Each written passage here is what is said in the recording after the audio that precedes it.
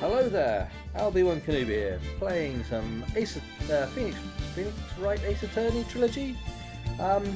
It's a game that's been installed on my Xbox console for at least a year, possibly much longer than that. I promised myself I'd stream it and actually play it finally one day. Never played any of these games. Seen little clips of other people playing it, but not actual proper full playthroughs or anything like that. So this is just only like, you know, the objection. So that's literally all I know about this. So I'm going to start from scratch, and we'll see what it's like. I've only heard really good things about it, so fingers crossed it's going to be enjoyable and fun to watch. Episode 1, the first turnabout. Yes, let's play that.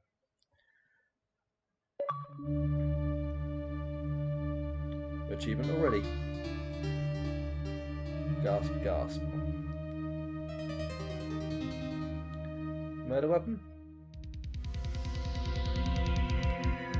Damn it! Why me? Well, you know, I can't get caught. Not like this. I've got to find someone to pin this on. Someone like him. I'll make it look like he did it. Well, they're kind of telling us who's guilty here, so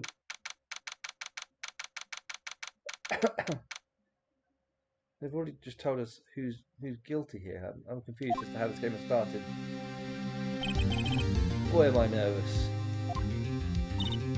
Right.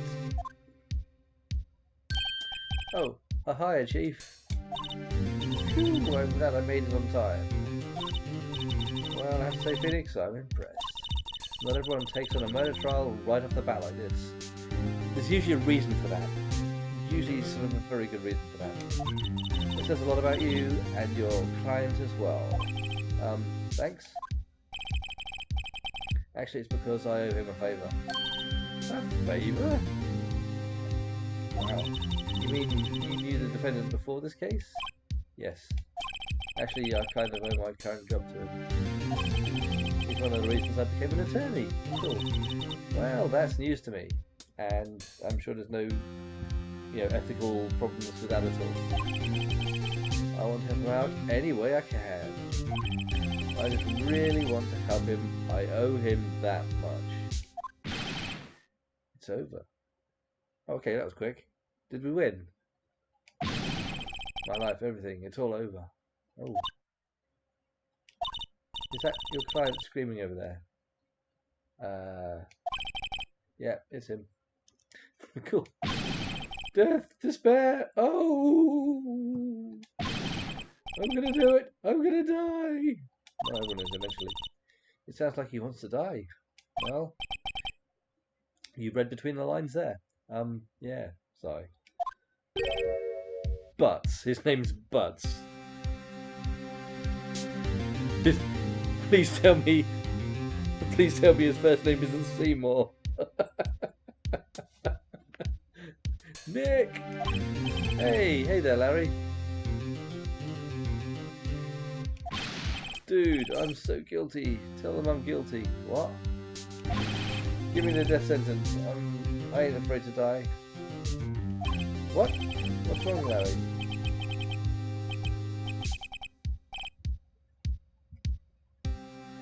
It's all over. I'm finished. Okay. I can't live in a world without her. I can't. Who took her away from me, Nick? Who did this? Oh, Nick, you gotta tell me. Who took my baby away? Why's he calling me Nick? I suppose Nick's. Is Nick short for Phoenix? Possibly, I don't know. The person responsible for your girlfriend's death. The newspapers say it was you.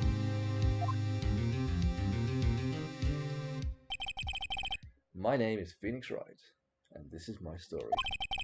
Oh, I was close enough. Here's the story. My first case is a fairly simple one. Wow, the blood's still coming out. The young woman was killed in her apartment. The guy they arrested was the unlucky sap dating her. Larry Butts. My best friend since grade school. Our school had a saying, when something smells, it's usually the butts. I bet he's the butts of many jokes.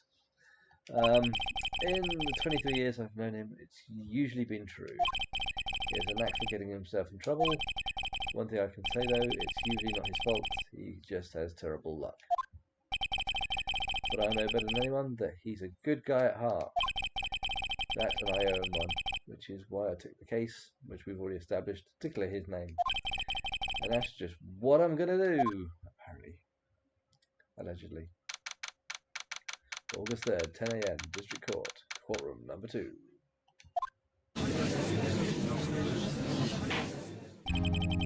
Court is now in session for the trial of Mr. Larry Butts.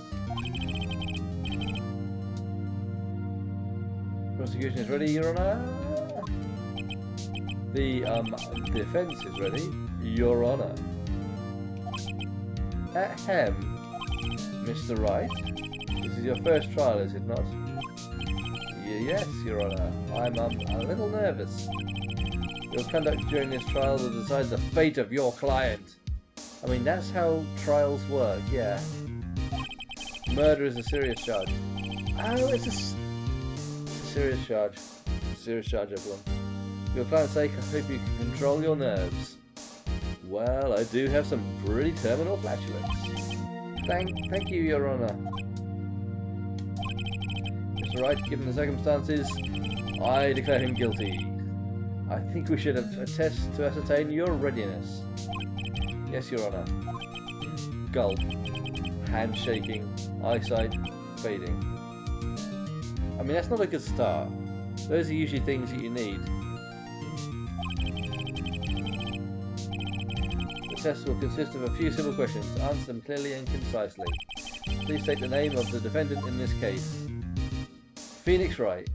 It's Larry Butts. I mean, do they normally do this to people who are fresh at the job? They normally have like a test your knowledge quiz? Okay, correct. Just keep your wit about you and you'll do fine. Next question. This is a murder trial. Tell me, what's involved in a murder trial? Is it A, theft, B, jaywalking? What's the victim's name? Phew, I knew this one. Glad I rented a case report to cover so many times.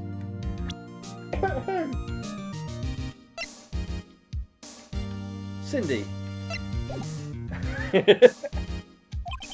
It's way. Oh, no way, I forgot. I'm drawing a total blank here. I know what the name is. I just forgot temporarily. I think I feel a migraine coming on, says Mia. Yes, definitely. But the victim's name is listed in the court record, which I've literally just discovered myself. Okay. Yeah, look, Cindy.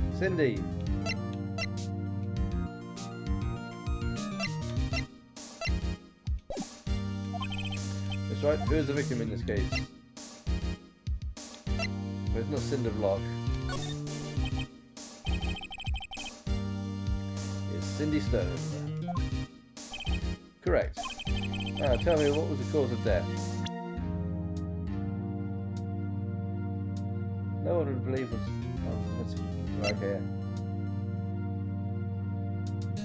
Blood. Loss of blood due to blood trauma. Blood is the cause. Blood is the cause. Hit with a blunt object.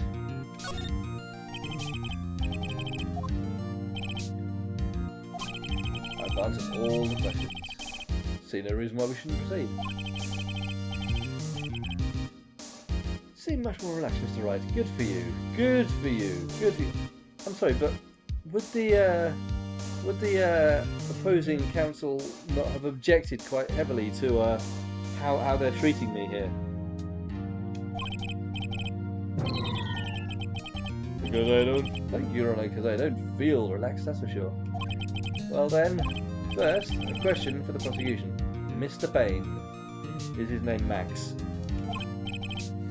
Yes, Your Honor. As Mr. Wright just told us, the victim was struck with a blunt object. Would you explain to the court just what that object was? Blunt. It was blunt. Where the weapon was a statue of the Thinker. Oh, the irony. Bashing heads, eh? Anyway, it was found lying on the floor next to the victim. I see. The court accepts it into evidence. Did they not do that beforehand? It's rather heavy. So add it to the court record. Okay, cool. Right! Be sure to pay attention to any evidence added during the trial. That evidence is the only ammunition you have in court. Should I have not done some research before coming to court about this whole stuff? Would it have not been a good idea to, like, you know, brush up on this before I stood here? Use the right bumper to check the court record frequently. Okay, yeah. Still there. Yeah. Yep. Mr. Payne, prosecution may call its first witness. Prosecution calls the defendant, Mr. Butts, to the stand. Chief, what do I do now? Pay attention. You don't want to miss any information that might help your client's case. You'll get your chance to respond to the prosecution later, so be ready. Let's just hope he doesn't say anything unfortunate, like, I want to die. Uh-oh. Larry gets excited easily. Well, this could be bad. Okay. That smirk probably isn't a great start. Ahem. Mr. Butts, is it not true that the victim had recently dumped you? Hey, watch it, buddy. We were great together. We were Romeo and Juliet, Cleopatra and Mark Antony. At least one of those didn't end well. Didn't they all die? Yeah. I mean, eventually, yeah, definitely. I wasn't dumped, she just wasn't taking my phone calls or seeing me, ever. Was it you, anyway? Mr. Butts, what you describe is generally what we mean by a dumping. In fact, she had completely abandoned you and was seeing other men. Wow. She had just returned from overseas with one of them the day before the murder. What do you mean, one of them? Lies, all of it lies. I don't believe a word of it. Your Honour, the victim's passport. According to this, she was in Paris until the day before she died. The victim apparently arrived home from Paris on 30th of 7th, the day before the murder. Okay. Indeed, she appears to have returned the day before the murder. Yep. Dude, no way. The victim was a model but did not have a large income. It appears that she had several sugar daddies. Well. Daddies? Sugar? Yes, older men who gave her money and gifts. She took their money and used it to support her lifestyle. Dude! We can clearly see what kind of woman this Miss Stone was. Tell me, Mr. Butts, what do you think of her now? Ooh. Right. I don't think you want him to answer that question. Yeah, Larry has a way of running his mouth in all the wrong directions. Should I? Stop him from answering. My client had no idea the victim was seeing other men. Yeah, told. That question is irrelevant to this case. Oof, wins. Looks like he's having a bit of a crisis of a different kind there. Dude, Nick, what do you mean irrelevant? I mean it's irrelevant to your case, mate. That cheating she-dog? I'm gonna die. I'm just gonna drop dead. Okay. Yeah. And when I meet her in the afterlife, I'm gonna get to the bottom of this. Okay. Let's continue with the trial, shall we? Okay, let's continue with the trial. I believe the accused's motive is clear to everyone. Yes, quite. Oh boy, this is not looking good. Next question. You went to the victim's apartment on the day of the murder, did you not? Gulp. Well, did you or did you not? Well, maybe I did, and maybe I didn't. No, you have to answer one way or another. Uh-oh, he went. What do I do?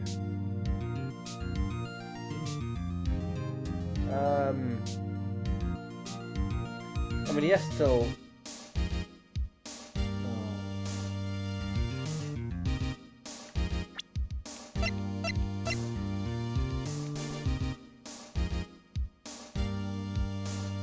I mean, he has to answer honestly, because he's under oath.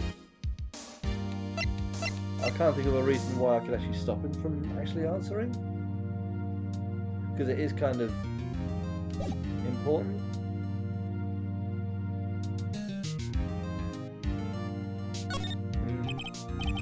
I know, I'll send him a signal. Tell the truth! Yeah, I was there. I went.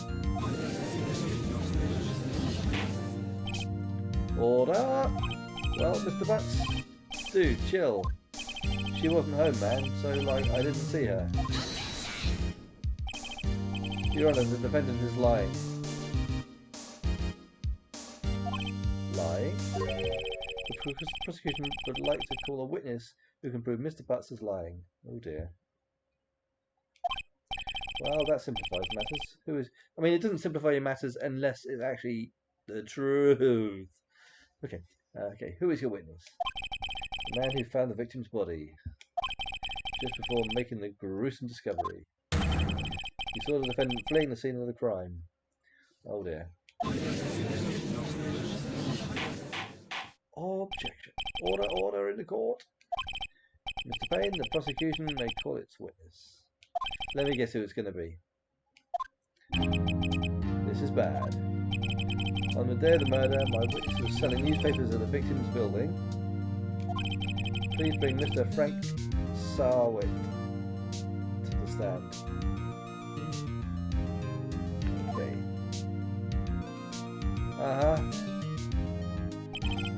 Enjoying yourself a bit too much? You sell newspaper You sell newspaper subscriptions, is this correct? Oh, well, yes, newspapers, yes. Mr. Sarwit, you may proceed with your testimony. Please tell the court what you saw on the day of the murder. Witness testimony. Okay, pay attention. I was going door to door, selling subscriptions when I saw a man fleeing an apartment. I thought he must be in a hurry because he left the door half open behind him. Thinking it strange, I looked inside the apartment. Then I saw her lying there, a woman, not moving, dead.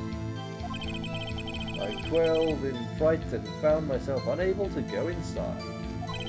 I thought to call the police immediately. However, the phone in her apartment wasn't working. Didn't he say he phoned her? I went to a nearby park and found a public phone. I remember the time exactly. It was 1 PM.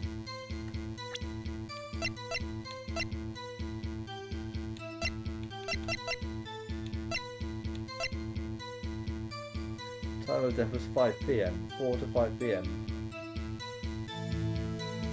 Right, so time of death was 4 to 5 PM. The man who ran was, without a doubt, the defendant sitting right over there.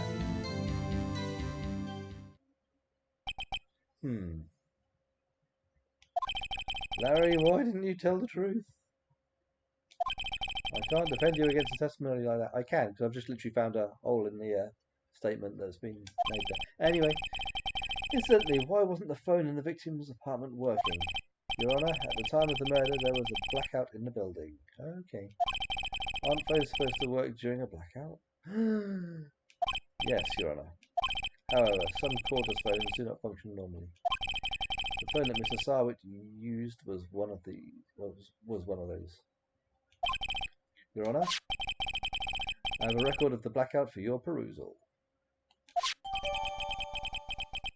From noon to 6 on the day of the crime. Okay. So it literally was just barely in that time zone. But yeah, like 1 p.m. he said, wasn't it? So yeah, it's fine. Now, Mr. Wright. Yes, yes, Your Honour. You may begin your cross-examination. I'll be very cross. Cross-examination, Your Honour? I'm sorry, I'm way ahead of you, mate, don't worry. Right, this is it. The real deal. What exactly am I supposed to do? Why, you exposed the lies in the testimony the witness just gave. Lies? What? He was lying? Your client is innocent, right? And that witness must have lied in his testimony. Or is your client really guilty? How do I prove he's not? You hold the key. It's in the evidence. Compare the witness's testimony to the evidence at hand. There's bound to be a contradiction in there.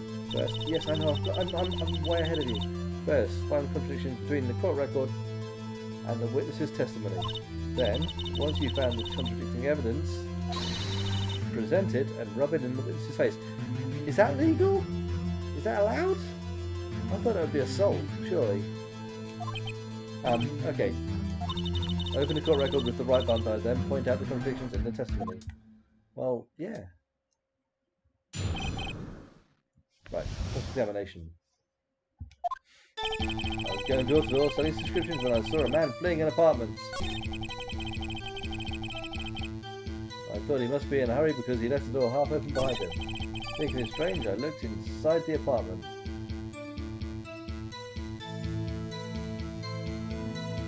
Source left bumper press. Then I saw her lying there. A woman not moving. Dead! I called inside and found myself unable to go inside. I thought to call the police immediately. However, the phone in her apartment wasn't working. Which sounds about right. I went to a nearby park and found a public phone. I remember the time exactly. It was 1 p.m. 1 p.m? Are you certain?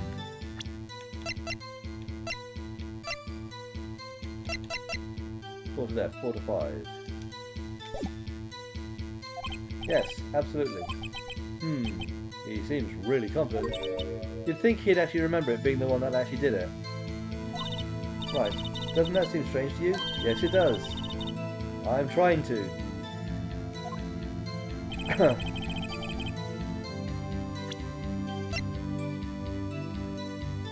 How do I present it then? I'm pressing A.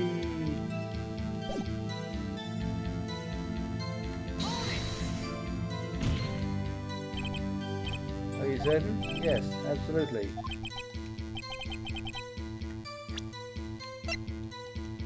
I can't... How do I present the evidence?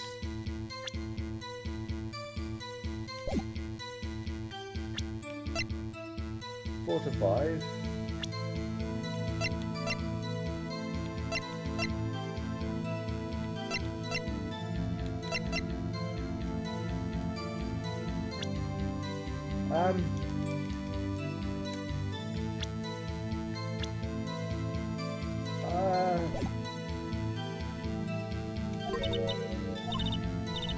I mean, how am I supposed to present it? It's not giving me the option to do so. Present some evidence to contradict him. Yeah, I am.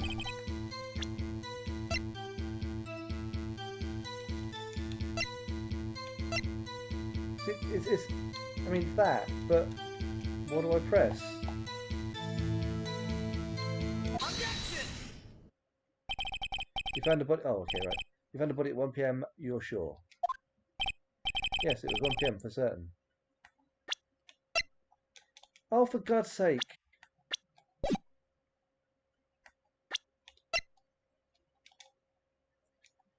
But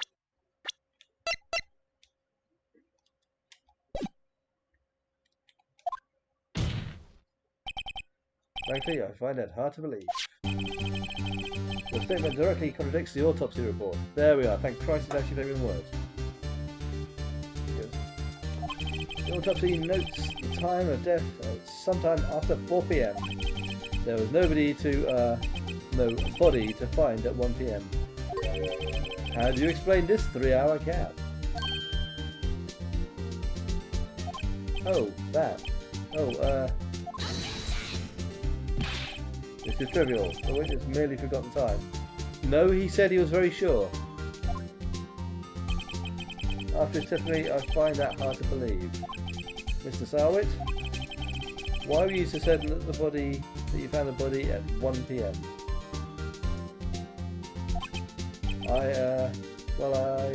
Gee, that's a really good question. Great job, right? Way to put him on the spot. That's all you have to do. Point out contradictions. Lies always beget more lies. See through one, and our whole story falls apart. Okay.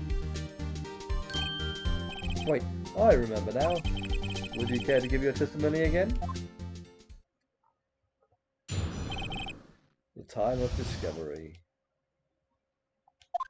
You see, when I found the body, I heard the time. You heard the time. There was a voice saying the time. It was probably coming from the television. But there was a power cut.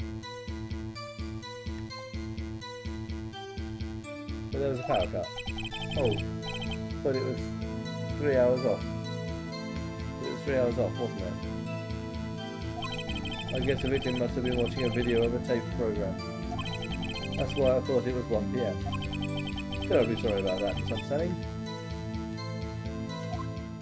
Can I object to that? I see, you heard a voice saying the time on a taped program. Mr. Wright, you may cross-examine the witness. Okay. Right! You know what to do. Yes, I know what to do. You got this one. Time of discovery. You see, when I found the body, I heard the time. There was a voice saying the time. It was probably coming from the television.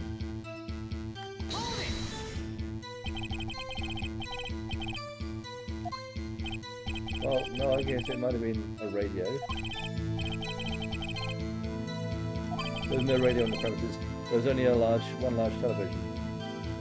Okay.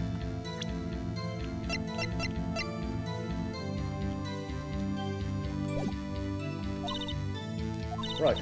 I can't put my finger on it, but something about it seems fishy. It does, doesn't it? Something about hearing the television. The witnesses testified he heard the time.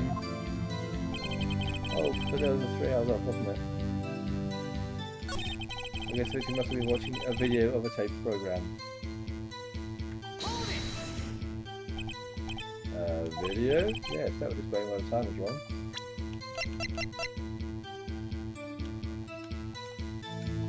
Fuck's sake. Why is this such a pain in the ass? True. Right? I think the problem lies someplace else. We agreed that you heard the time. No, we're not. No. Seriously. Let me present the evidence. Hold it right there. The prosecution said there was a blackout at the time of the discovery. Thank you. And this record proves it. Bing. You couldn't have heard a television or a video. Yeah, thank Christ for that. The defence has a point. Do you have an explanation for this, Mr. Sarwit? No, I find it quite puzzling myself. Point. Ah, wait, I remember now. Do you? The court would prefer to hear an accurate testimony from the very beginning. God, really? Have we not dumped this flaming idiot already? These constant corrections are harming your credibility. I think his credibility is down the fucking tab. That and you seem rather distraught. My apologies, Your Honour.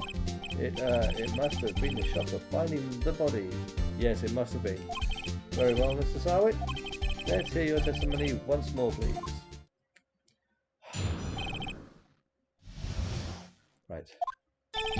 Actually, I didn't hear the time. I saw it. There was a tablecloth in the apartment, wasn't there? Yeah, the murder weapon. The killer used it to hit the victim. No.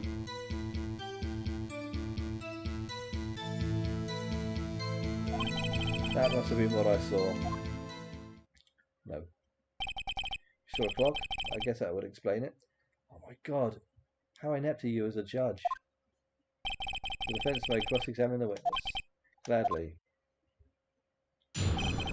Hearing the time. Actually, I didn't hear the time, I saw it. There was a table clock in the apartment, wasn't there? Yeah, the murder weapon the killer used. Right. It's rather heavy. Objection! There we are. Wait just a moment. The murder weapon wasn't a clock. It was this statue. This is the guy that actually killed her, yeah? He's got the time wrong so far. He's got the actual fact that there was a power cut completely off the Fleming reservation. And he's not even got the correct murder weapon. Despite the fact he actually did the actual murder. Anyway. It was this statue. Now, how is this supposed to be a clock? What? You with your objections and your evidence. Just who do you think you are? I'm the one that's correcting your bullshit, mate. Just answer the question, Mr. Sarwin. Hey, I saw it there, okay? That's a clock. Your Honour, if I may. Yes, Mr. Payne? As the witness stated, this statue is indeed a clock. Is it? The neck is a switch, you just tilt it and it says the time out loud.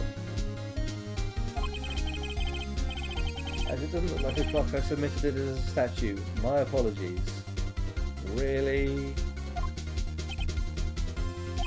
I see, so the murder weapon was a table clock after all. Was it? It appears that the witness's testimony was correct. This is a clock. Do you have any problems with this testimony now? I mean, I kind of do.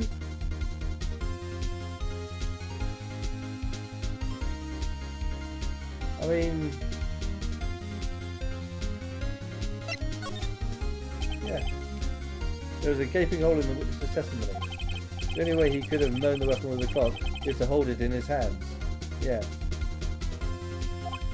Yeah, the witness testified that he never entered the apartment.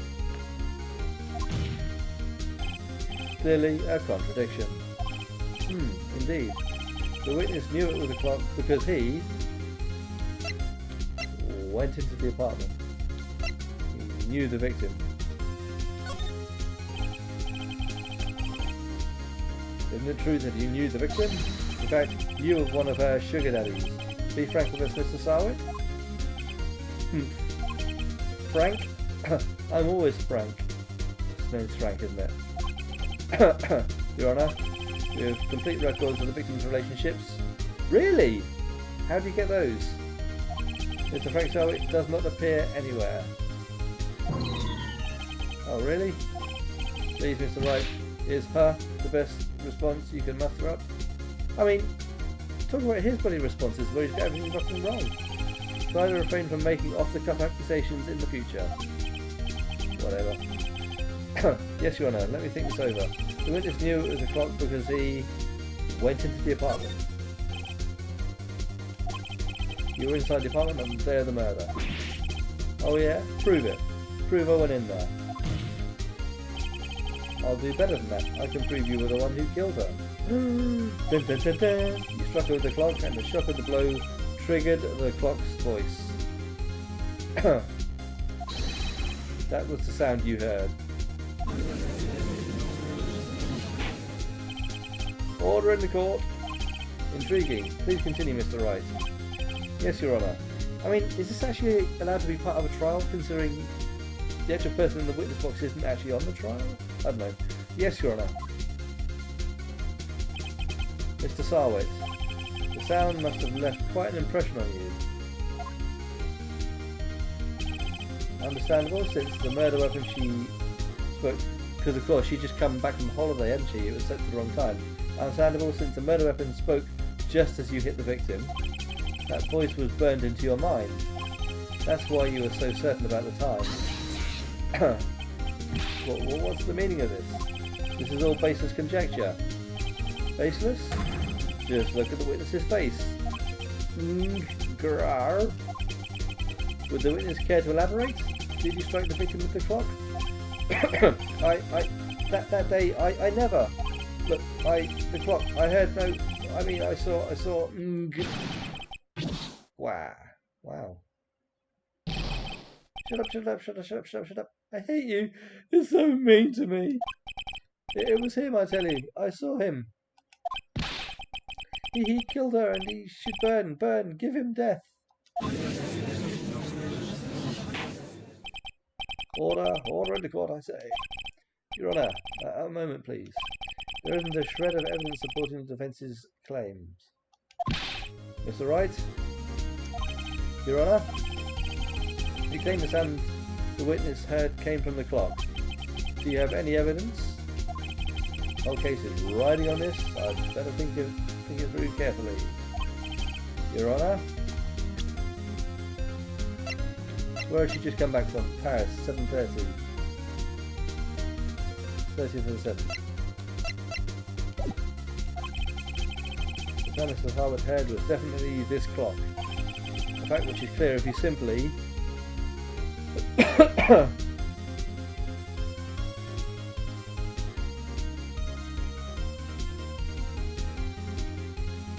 examine the clock's batteries. What would that be?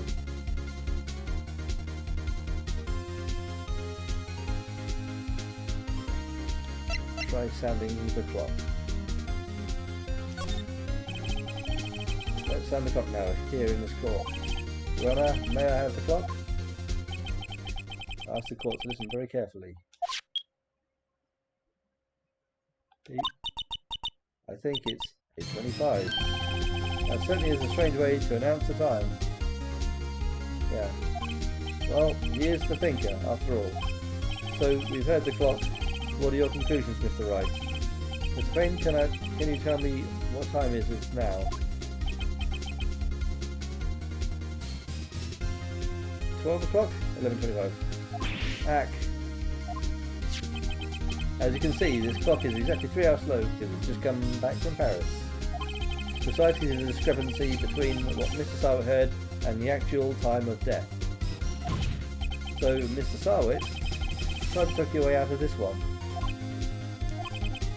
Ha! You forgot one thing. I'd have got away with it. What a popping for you pesky kids. What's he talking about now?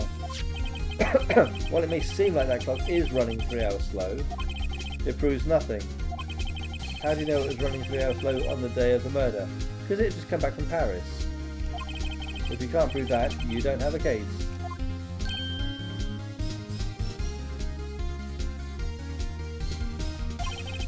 Right, how am I going to prove that? Mr. Wright, it seems you lack the critical evidence to support your claim.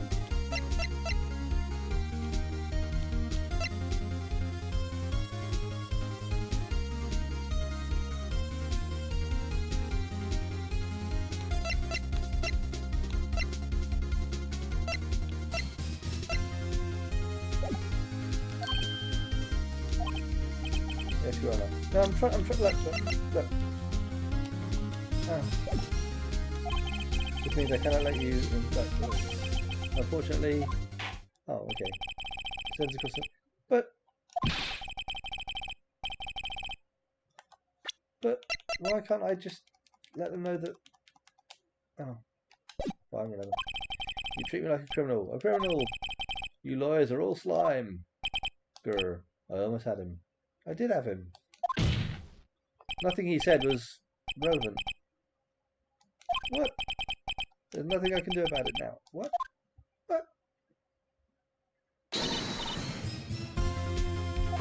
Not so fast, Mr. Sarwit. Yeah, I mean, Chief, isn't that right? Don't throw this one away. Not like this. Think. But Chief, it's over. I can't prove the clock was slow the day of the murder. Nobody can prove that. Well, yes. But that doesn't mean you can't still win. Try thinking out the box. Don't waste time doubting the facts. Assume the clock was 3 hours slow and think through it. Ask yourself, why was the clock 3 hours slow? Yeah, I know why the clock was 3 hours slow. Figure out the reason and you'll have your proof. Right. Can you think of a reason as to why the clock should be slow? Yes.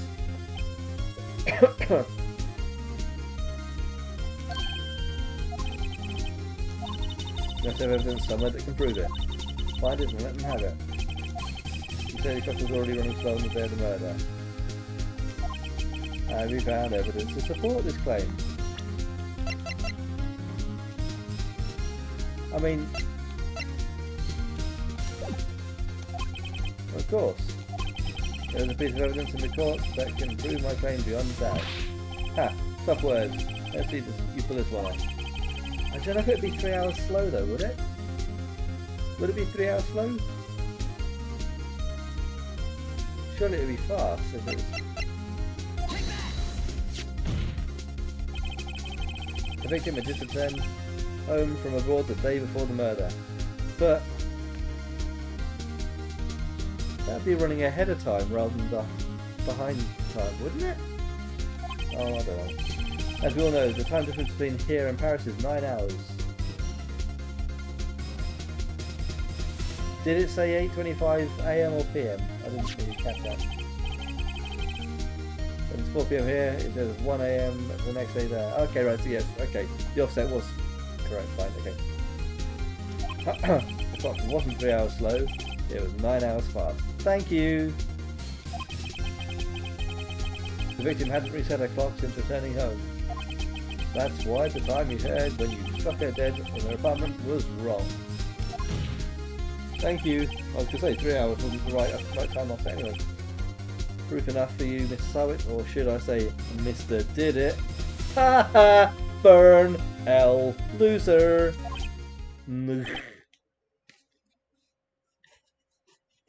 Okay, is he just taking a cyanide pill? Did he just take a cyanide pill? Order! Order, I say! This game's silly. Well, this case has certainly turned out differently than we all expected. Yeah. Mr. Payne, your witness? He was arrested and has been taken away, Your Honour. Yeah, very well. Usually the judge that would order such a thing, but okay. Mr. Wright? Yes, Your Honour? I have to say, I'm impressed. I don't think I've ever seen someone complete a defence so quickly. And find the true culprit at the same time. Yes, it helped that he was in the courtroom. Thank you, Your Honour.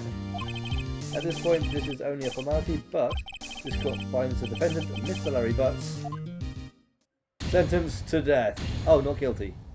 Okay. He'll just go and hang himself out the back now instead. Yeah. And with that, this court is adjourned. I mean, the dude was talking about offing himself before the actual case, so, you know. Turns out that Frank Sawit was a common burglar. Not a very common one. He posed as a newspaper salesman to check and see when people were at the house. That day, when Larry went to her apartment, the victim wasn't home. After he left, Mr. Sawit let himself in to do his dirty work. While he was searching her place, the victim returned. Dun dun dun! Flustered, Mr. Sawit grabbed the nearest blunt object he could find. Wow. Such a cheerful game. August 3rd, 2:32 PM, District Court. Defendant Lobby number 2. Whew. I still can't believe we won. Right, good job in there. Congratulations. Thanks, Chief. I owe it all to you. Not at all, not at all. You've fought your own battles in there. It's been a while since I've seen a trial end on such a satisfying note. I've never seen the Chief looking this happy. Well, I think I'm in there. If she's this glad, imagine how Larry must feel. He's just hanging behind that door. Sorry, dark sense of humour. Dark sense of humour. Bad, naughty. My life is over. Yeah, I thought it would be something like that. Larry, you're supposed to be happy. What's wrong now? Oh, Nick, don't worry about me. I'll be dead and gone. Oh, good. Wait, what? No, I mean, bad. Harry, you're innocent. The case is closed. But my Cindy Windy's gone, man. Gone forever. Larry, she was, nah, never mind. Congratulations, Harry. Harry? Yes, you. I can practically see the headlines now. Harry Butt's innocence. Harry Butts. For God's sake. For God's sake. Oh, that's bad. Sorry, one moment.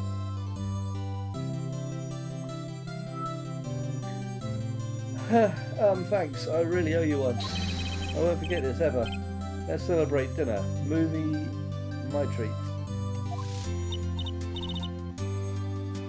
Oh no, I couldn't. Hey, I was the one who got you off the hook. Yeah, it was me. What's he doing with his hand there? That's a little bit disconcerting. Oh hey! Hey, here, take this. It's a present. Thanks. Give me a murder weapon as a present. Oh, giving it to Mia. Okay, that's fine. Wait, wasn't this the evidence that... Actually, I made this clock for her. Oh god, really? I made one for her and one for me. Really? You made this? Well, thank you. I'll keep it as a memento of the death. Yo, Nick. Can you believe it? I was so into that chick, and she was just playing me for a fool. Don't that make you wanna just cry? Sob. Larry? Are you sure? Are you so sure? What? Excuse me? Excuse me? I think she thought quite a lot of you in her own way. How do you know? You've never actually met her. No, you don't got to sympathise with me, it's okay. Oh, I'm not just sympathising really. Isn't that right? Right. Don't you have something to show your friend? Something that proves how she felt about him? Huh?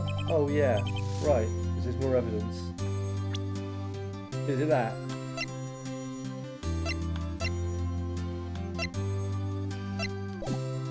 Oh yeah, right. Okay. What the heck is she talking about? Yeah, I'm wondering that as well.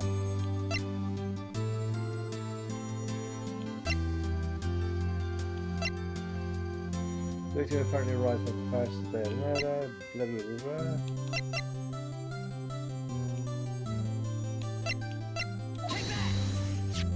But I can't just give him evidence, because that's no evidence in the murder trial of the other guy. Huh? What about that clock? This is the clock you made for her, Larry.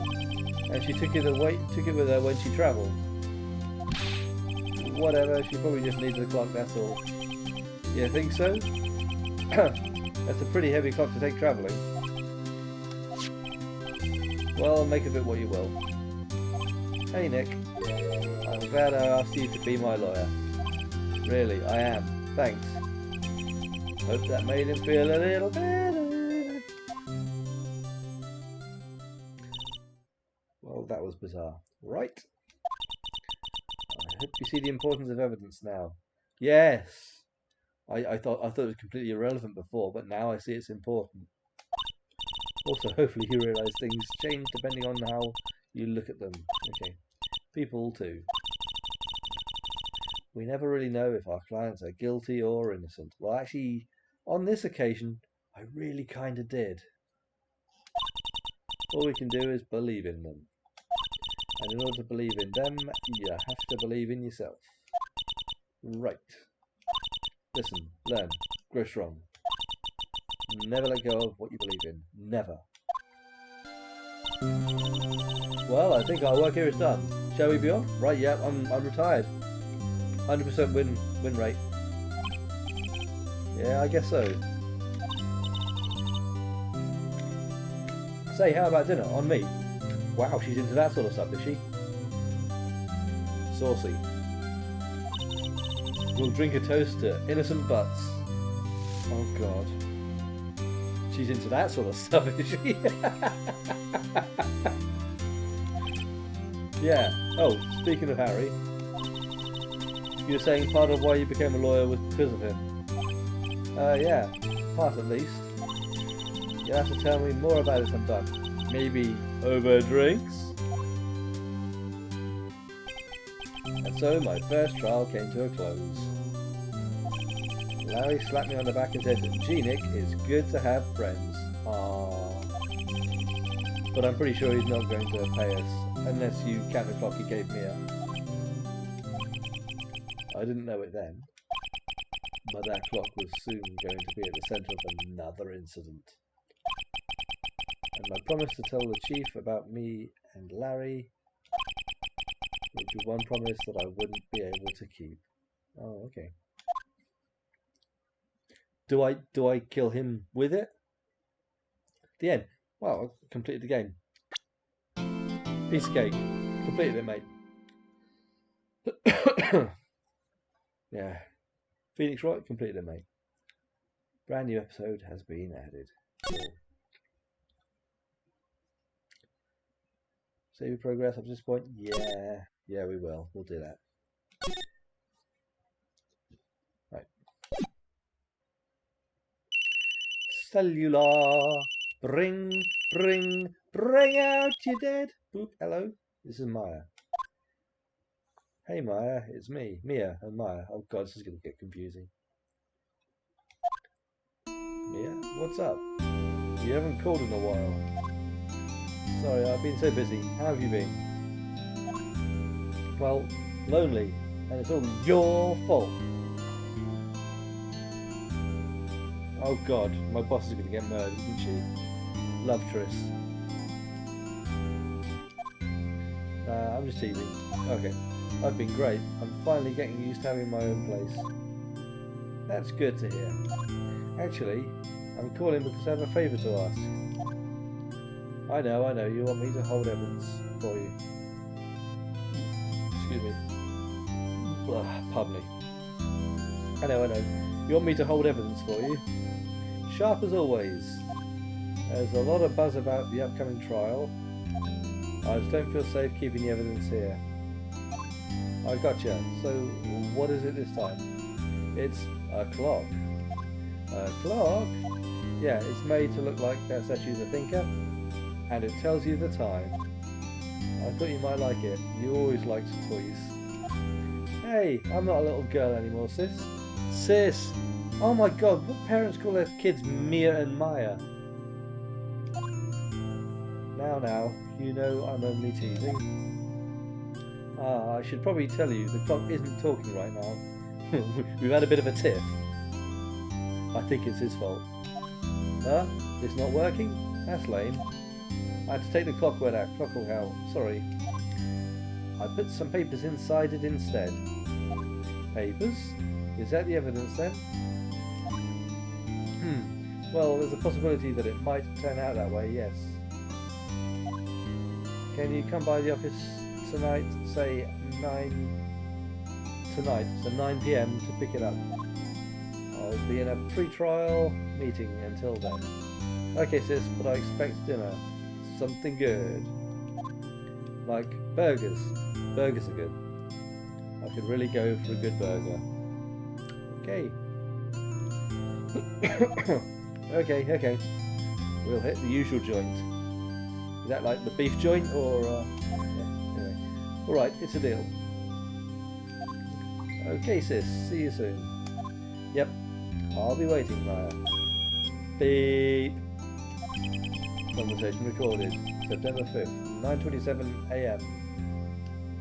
Okay. Conversation recorded, okay. September 5th, 8:57 PM. Faye and Co. Law Offices. Oh god. Now, Miss Faye. I'll take what's mine. The papers. I'm sorry, but I can't give you what I don't have. Miss Faye, you are a poor liar. Why, I see it right over there. That must be the thinker that swallowed those papers. Okay. How could you know? Oh, you are not cogniferous of my background? Gathering information is my business, you see. Okay. I should have been more careful. Ho ho. It's Santa! Oh shit, right after Christmas. This is depressing. This is depressing. Literally on Boxing Day. My dear Miss Faye, I am so very sorry. Ho ho ho. But I'm afraid I must ask you for one more thing. Your life to eternal silence. Farewell, Miss Faye. Bonk. The unthinkable happened. Wow. It's the Joker. Red, white, blue. Okay. But the important question is, did she and Phoenix, you know, did they September 5th, 9:08 PM, Faye and Co. Law Offices. It's about 10 minutes later. Uh-oh, I'm late. Oh, that's strange. Guess the chief left without me. She said her sister was coming over, so we should all go out for dinner. What's that smell? Well, blood? Meow. Maybe she's in her office. Examine. I feel blood and that can't be good. I have to check and see if it's clear.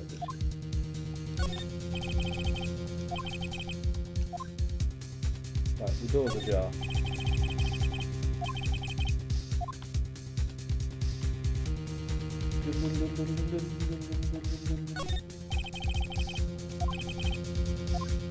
Yeah, well, I'm just sort of making sure there's no bits I'm supposed to be sort of observing out here.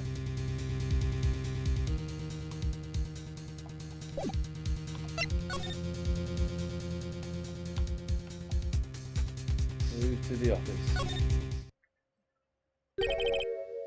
That smell. Blood! Sob. Sis. Someone's there. Someone's there. Chief. Chief. Chief.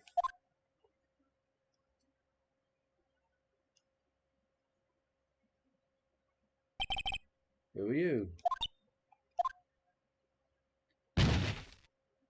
Did she just kill me as well? Strange girl dropped out cold. I left her lying on the office sofa. I went back to the chief where she lay under the window. Under the window. Her body was still warm. Wow. I could feel it when I held her shoulder. Okay.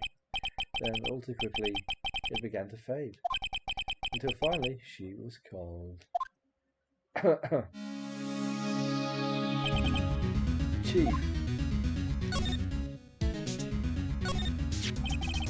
It's encrusted with dry blood. Again. Actually, this is a new one. How ironic that this became the murder weapon again. This was a different one though. This was a different one.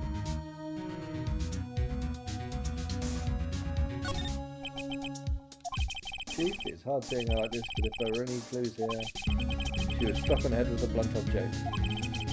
Probably died instantly. The thinker lying next to her must have been the murder weapon. Murder weapon looks like a statue, but it's actually a clock made by Larry Bugs. The thinker added to the court record. Good. There are some glass shards near the chief's body. Must be pieces of the glass light stand lying broken in the back of the room. Broken remains of a glass light stand, broken beyond all recognition. Nothing else to seem like a clue here. A piece of paper. It must have fallen from Mia's hand. What could it be? It wasn't there a second ago. The word is written in blood on this scrap of paper. Maya. Maya? Did Mia write this? I don't think so. This piece of paper is a receipt from the department store dated yesterday. department store receipt with letters written in blood on the back. I think that's enough snooping for now. Is it, you reckon? I'd better call the police and find out what that girl was doing there.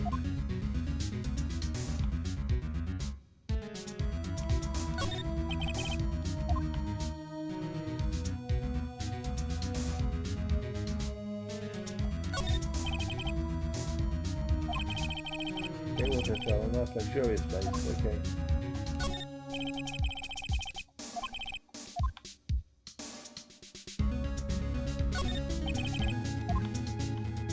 I mean, am I actually looking for more clues, or is that literally it?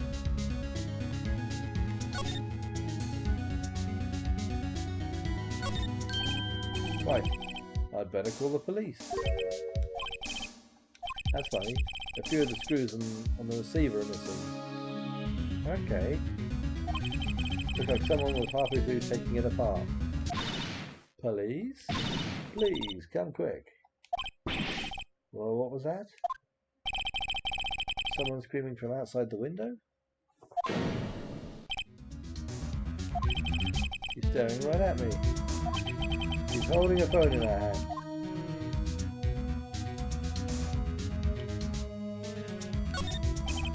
Banco ledger book. Everything is written in the chief's ultra-neat handwriting. It's a small office, but it makes a good bit of money. Surprisingly, the chief was never good with machines. About all she used this PC4 was email. Okay. She picked up this ancient model at some garage sale for practically nothing. No clues here. Stuff on the floor. No clues here.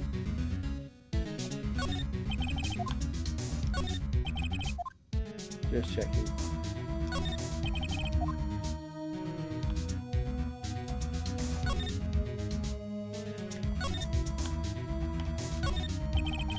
Notice here we're missing a few screws. I'd better not use it. Okay.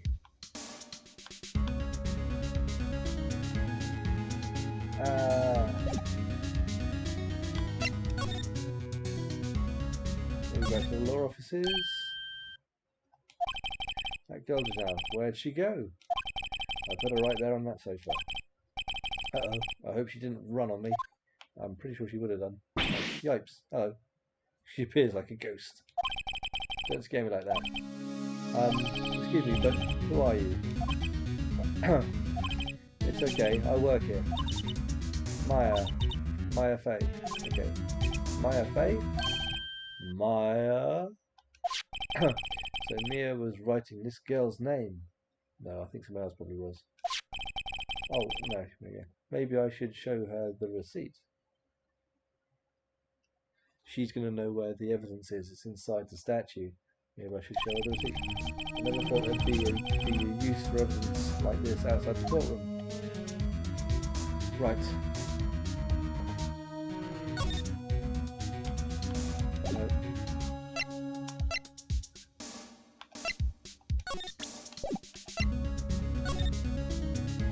What happened? You seem to be in shock. I don't want to disturb her, but I have to know. Excuse me? Can you tell me what happened? I came in, the room was dark, and sis, so she was already dead. You and the chief. So you're the chief's sister. I'm her younger sister.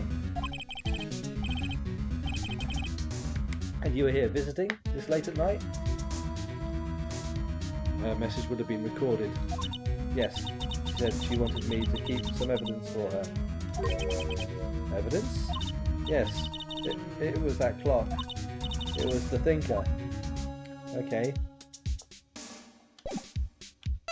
Present.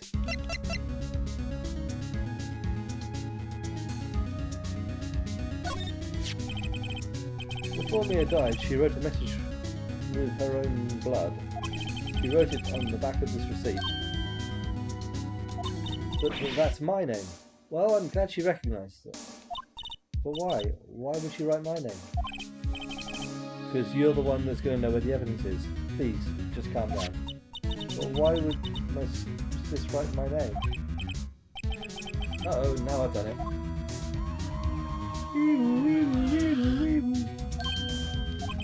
The police! Sounds like they're coming this way. Freeze, police! Ah! Alright, I'm Detective Dick Gumshoe, see? I'm Detective Dick Gumshoe, see? Gumshoe? What an odd name. We received a report from the building across the way, see?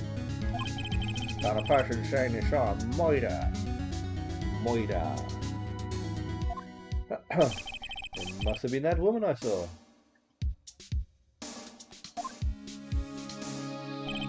Anyway, I don't want either of you moving 1 inch, okay? Great, just great. Wait, she wouldn't have, nah. Whoa! Yo, excuse me. Eek. What's going on? That's what my hair mean anything to you? That's my name. What? The victim drew this note in her blood, see? With her dying breath, she wrote down the killer's name. Yes, because that's how it always works, isn't it? Killer? Case closed. No, you don't get to say case closed. Oh, coming down to the precinct, man. What? Well, that went bad quickly. Mia's younger sister, Maya, was arrested on the spot and shot. I was taken in for questioning and didn't get out until the next morning. Wow. My eyes were heavy, but I couldn't sleep. I just stood on my head instead. I sat around waiting for visiting hours to begin at the detention centre. I had to talk to Maya as soon as possible. September 6, 9:07 AM, detention centre visitors room. Wow, they have poor Maya locked up like a criminal. That's what you do at criminals. Oh, it's you, the lawyer. Good morning. Good morning. Well, debatable. She looks so tired. Are you going to be my attorney?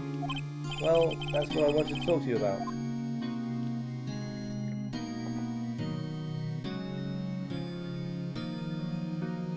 Of course I will. First things first, I better get her cheered up. Yeah, of course I will. Cheer up. Really? Whoa! Did I say the wrong thing? She looks sadder now. Wow. Well, I mean, I don't know how to take this slight.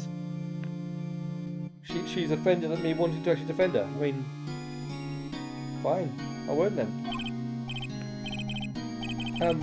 What's wrong? You don't think I can do it? No one could. Who would believe me? Even you, when you found me in the office. You looked at me like I had done it. No, I didn't. Because I know who had. Did I look at her like that? No, I never thought. It's okay, I understand.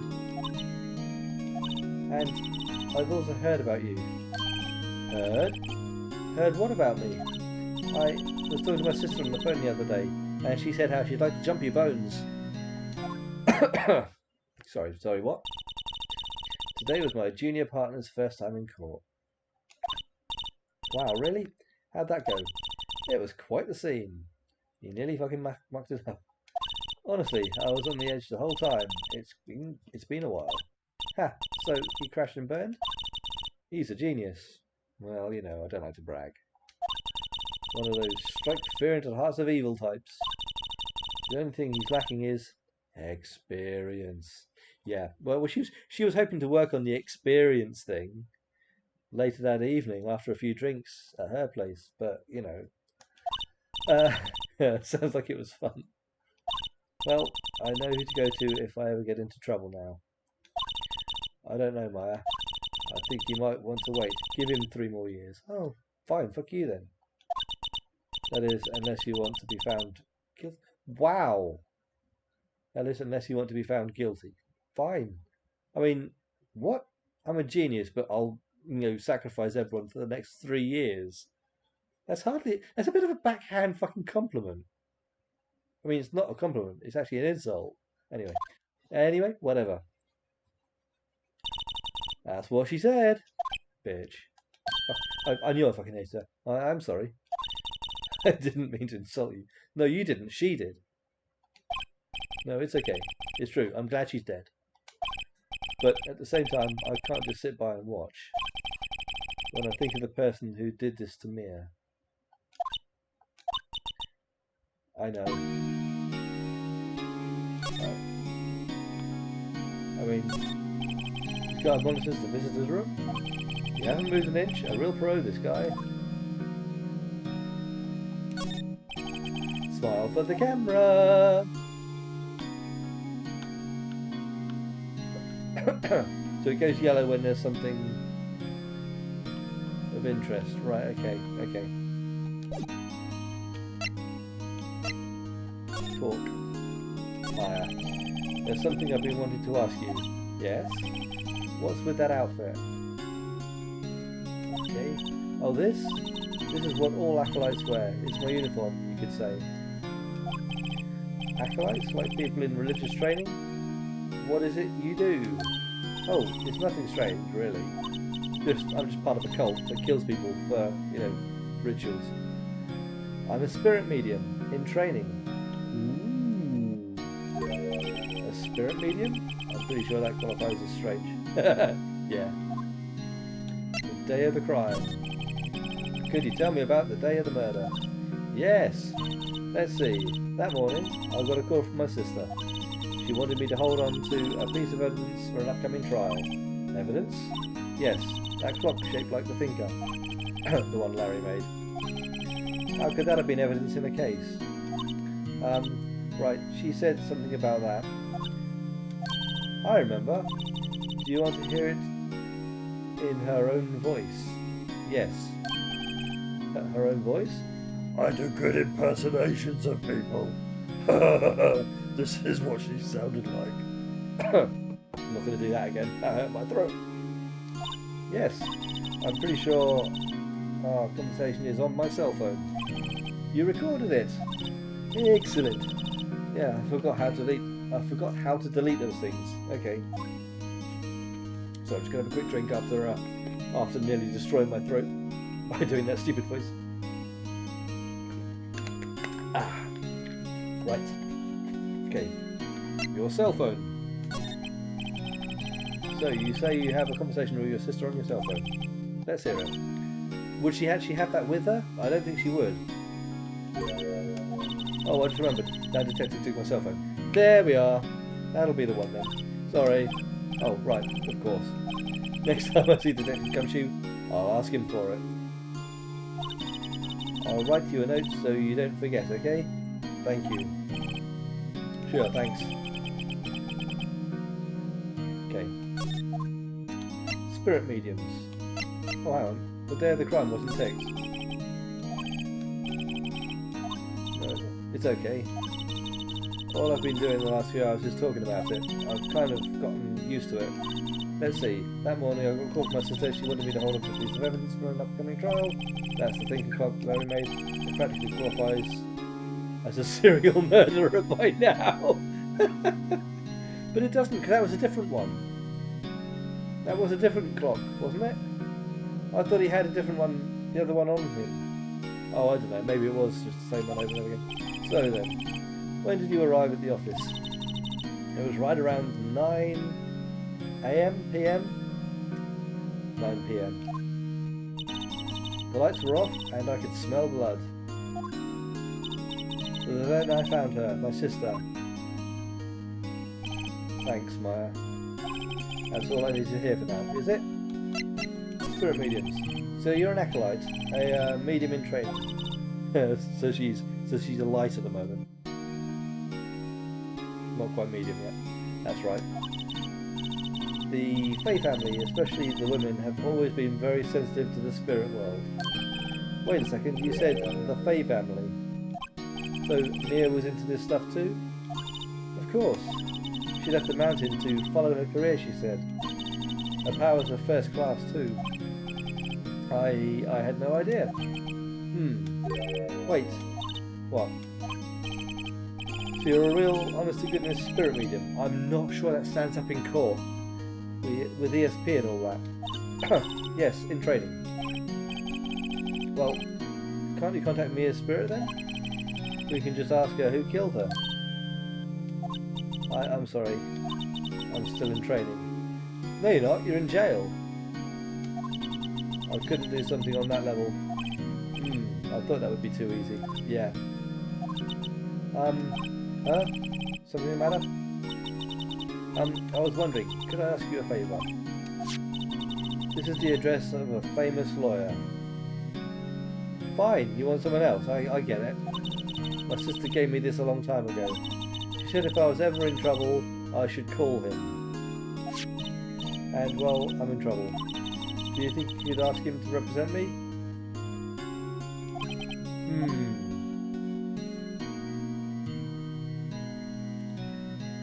Let me guess, he's gonna have like pink hair, wear a pink suit.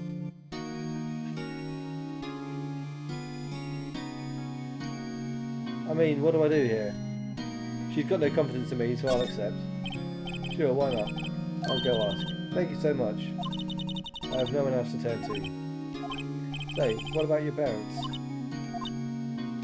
I mean, that's quite a long pause. I see. Don't worry, leave it to me. Thank you. The trial's tomorrow at 10. Wow. What? They really flaming ramped that up, didn't they? Tomorrow. What if this guy refuses? They told me that if I don't find one, the state will pick an attorney to defend me. When will that happen?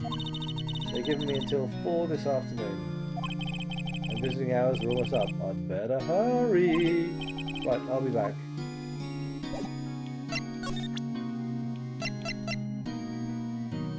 I'm going to sort of ask her about that again. Remember that receipt? You mean the one with my name on it? Any idea why she... Absolutely none. Do you trust me? I trust you. I trust you. Why? Don't you think I did it too? No, I don't.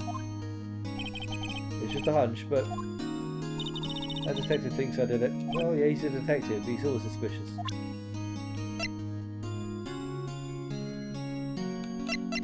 Right, this was lying next to the chief's body. I saw that too. They said they thought these were pieces of a broken light stand. Yeah, that seems about right. But I'd never have... Though I'd never heard of a glass light stand before this. Okay. I wanted to ask you about the murder weapon. Horses. Smith. Better not ask her about it now. Okay.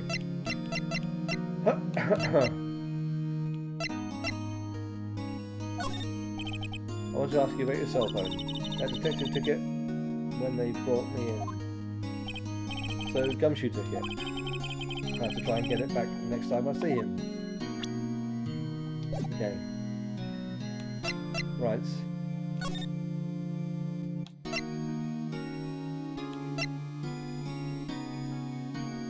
Let me go back to the scene. Office is filled with police officers. They're all busily searching for clues. Hey, you there! This is a crime scene, pal. No trespassing. Oh, sorry. Don't I know you from somewhere? Wait, you're that Butts guy. No, I am not Seymour Butts. No, Phoenix Wright. How could anyone mistake me for Larry? Yeah. Guess I got the wrong name, Mr. Wright. Sorry about that. That Butts guy, he was a killer. No, he wasn't. And you're no killer, right? That Butts guy was not a killer. I actually convicted the correct person. He was proven innocent. Right. And you, No, I'm not going to insult him. Detective Gumshoe. Gumshoe, wasn't it? Dick Gumshoe? Right, at your service. Hang on. That's Detective Gumshoe to you, pal. Oh, fine, fuck you. I could have been fucking insulting to you, but, you know, chose not to. Anyway, get the name right. I did. And don't go calling me Dick. Well, you know. Hey Dick, get over here. Oh God, yes sir. Be right there. You're her lawyer, right, pal? If you got business here, you'd better do it quick. Well, I work here, for one thing. Huey thinks I'm Maya's lawyer.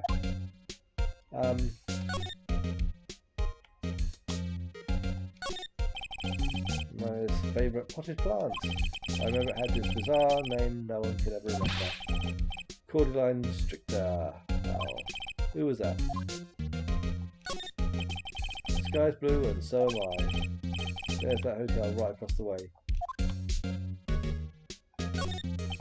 An old movie poster. Apparently this was the first movie that made Mia cry when she saw it. Okay. I'll have to check it out one of these days. Mia's desk. Perfectly clean, as always. The only thing is missing is Mia. And, you know, shards of her brain. There's a horrendous amount of legal books here. I'm wondering why that could be. Scarier still is that Mia probably read all of these. Yeah. I'm not gonna.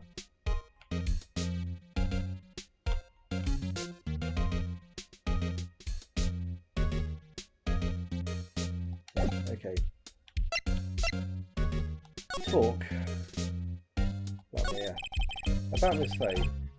Did you do an autopsy? You want to know the results, eh? Yeah. Now, don't you look at me like that, pal. It's no use.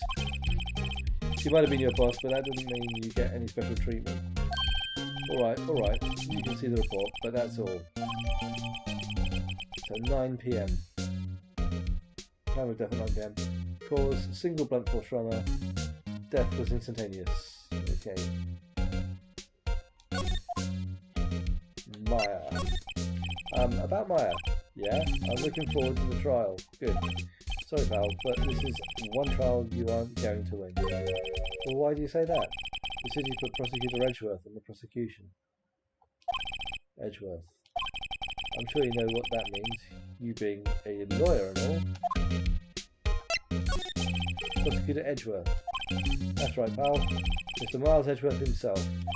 Wait, you do know him, don't you? Of course not. Why would I know him? I've never met him before. Never heard of him. Oh, and you call yourself a lawyer, pal? About 4 years ago, this Edgeworth guy became a prosecutor at the age of 20. So he's 24 then. See, I'm deductive. Evidence. Everyone says he's a genius. Surprised you don't know him. Nope, don't know any geniuses. Of course I know him, I was just plain dumb. He's a cold, heartless machine who'll do anything to get a guilty verdict. Good. There are rumours of back alley deals and forged evidence. Marvellous. All I know for sure is that Edgeworth hates crime with an almost abnormal passion. But yet he commits crime in order to like... Right, whatever. I never imagined I'd be facing him so soon. Oh dear.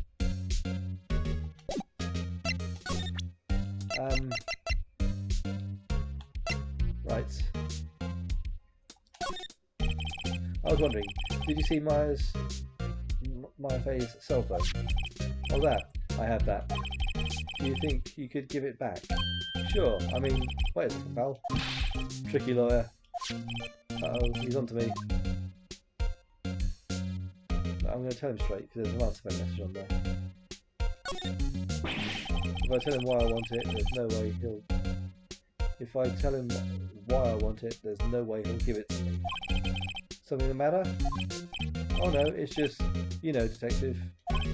No, I know nothing, pal. That cell phone has a lot of numbers on it, like her boyfriend's. The cell phone holds all a little girl's sweetest and spiciest secrets. Erk, you're trying to confuse me.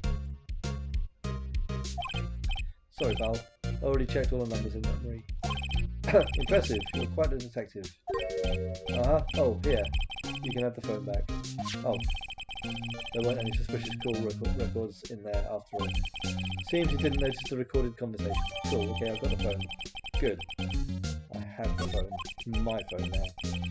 Check court record to hear the recorded conversation. I will in a minute. I guess I've asked all the questions I needed to. You all done, pal? Yes, thank you. I'll be heading out now. Oh, wait. One more thing I wanted to mention to you. I don't suppose you're planning on talking to that witness? Yes, I was. Anyway, you'd better not. Why not? No influencing the witness with your lawyerly ways, pal.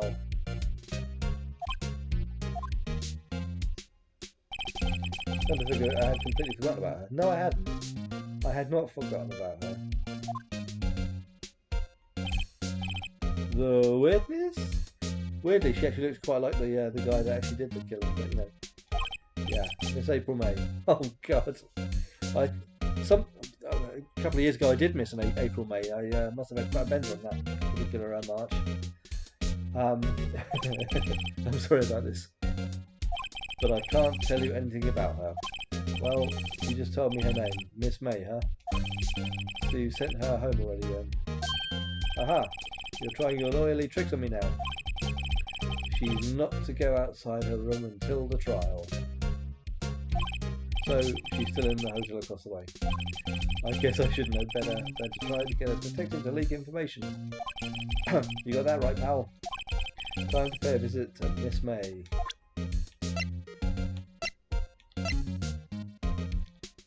Right, let's have a... I want to have a quick check about some of these other bits. I was wondering, do you know anything about this? That statue? That's the murder weapon. Yep, got that. He thinks the clock is just a statue too. I'm starting to wish I'd never seen this thing. Yeah. Glass shards. There was broken glass at the crime scene, right? Oh, that? Seems like a glass stand next to the victim fell over. The glass shards were pieces of a broken stand. Pardon me.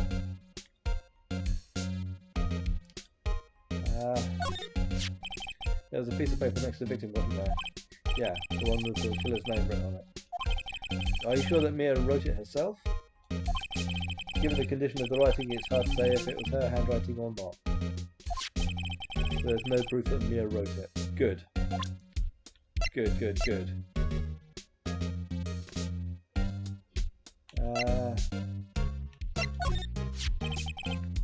Thanks for this. Don't mention it, pal. When it comes to dealing with lawyers, fight fair and square is our motto. Don't know how I feel seeing everything written up like this. It makes Mia's death seem so routine. Just any questions about that? Seems you've noticed the recorded conversation. Okay. That is about all we've got to say about that. What's up? You haven't called in a while. We know that the evidence is actually inside the statue. What is it this time? It's a clock. It's made like a statue. Think of it written every time. I should probably tell you the clock isn't talking right now. It's not working? That's lame. I'd say the clock went out. Sorry, I put some papers inside it instead. Papers? Is that the evidence then? I'll leave that one up to your imagination. See you tonight at 9.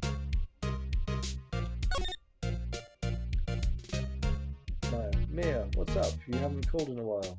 That's the same thing, isn't it? Well, actually, there's something I want you to hold between sometime. It's a clock? Yeah, okay, that was from the very beginning, so it's like 3 pages. Okay. So, yeah, they were arranging to meet up at 9, and she was going to hand over some evidence.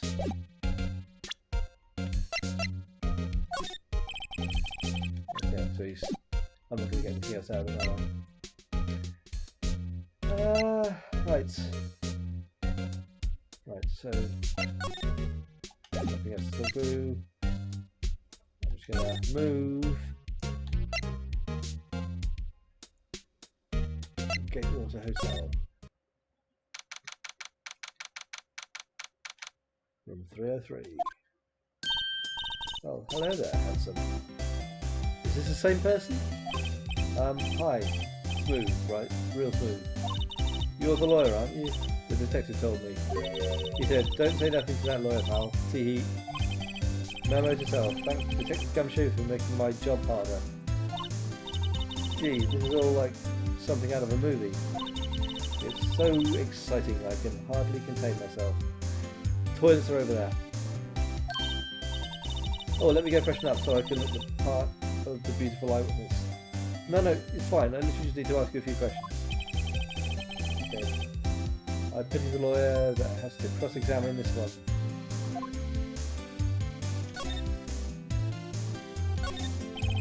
There's a screwdriver stuck in this drawer. Uh-huh. And there were some screws missing from the telephone, weren't there?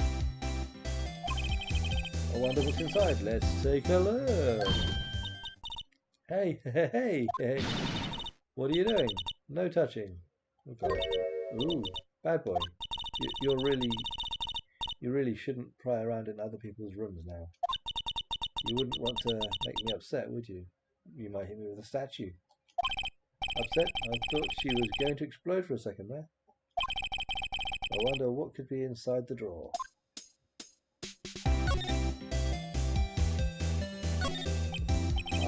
Still seen painting. Wait, should that be still life? Whatever. One of those is hanging on the wall.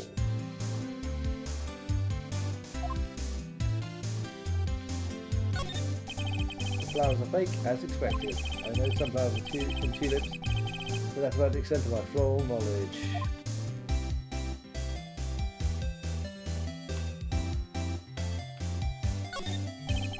A bottle and 2 glasses are on the table. Somebody must be staying with her.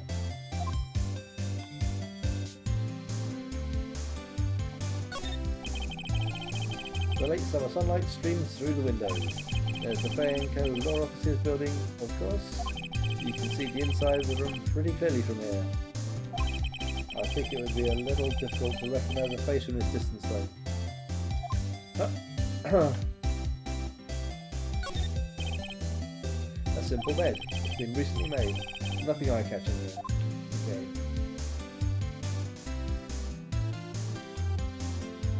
Can I move across? Is there anything extra?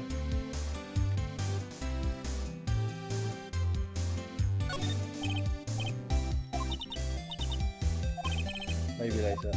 Okay. Let's talk. What you witnessed. Do you think you could tell me something? I need you to describe what you observed at the time of the incident. Ooh, observe, incident. You sound just like a lawyer in the movies. No, you sound like a lawyer. I like a man with a big vocabulary. Gulp. Better not encourage her. You know that thing that, happened the other day? The bad thing. What did you see when it happened? I don't suppose you could tell me about it, pretty please? Let me see, well, dream on.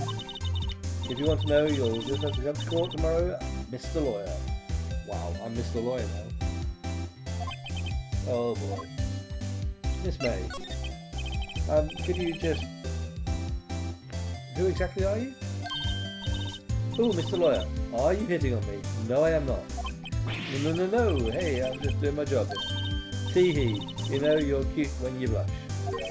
Believe me, this is the first time in my life I've blushed this much. Right, can you just tell me what it is you do? Well, no, tee-hee. And you had your little hopes up, didn't you? Oh boy. This room. I see there are 2 glasses on the table. Is someone staying here with you? Oh, what amazing powers of observation. You must be one of those famous detectives like on television.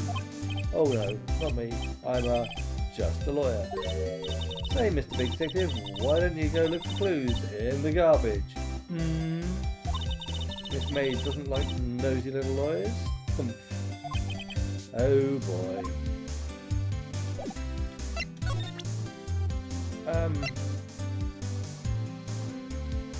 Okay.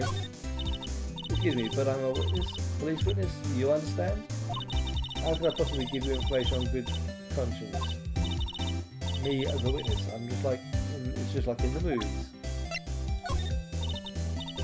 Excuse me, but I'm a witness. Please witness.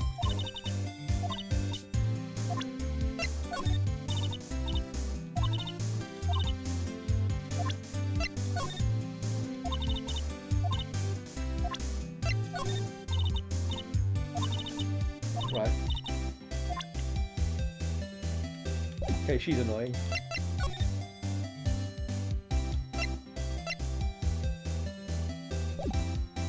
I don't think I'm gonna get anything extra from her.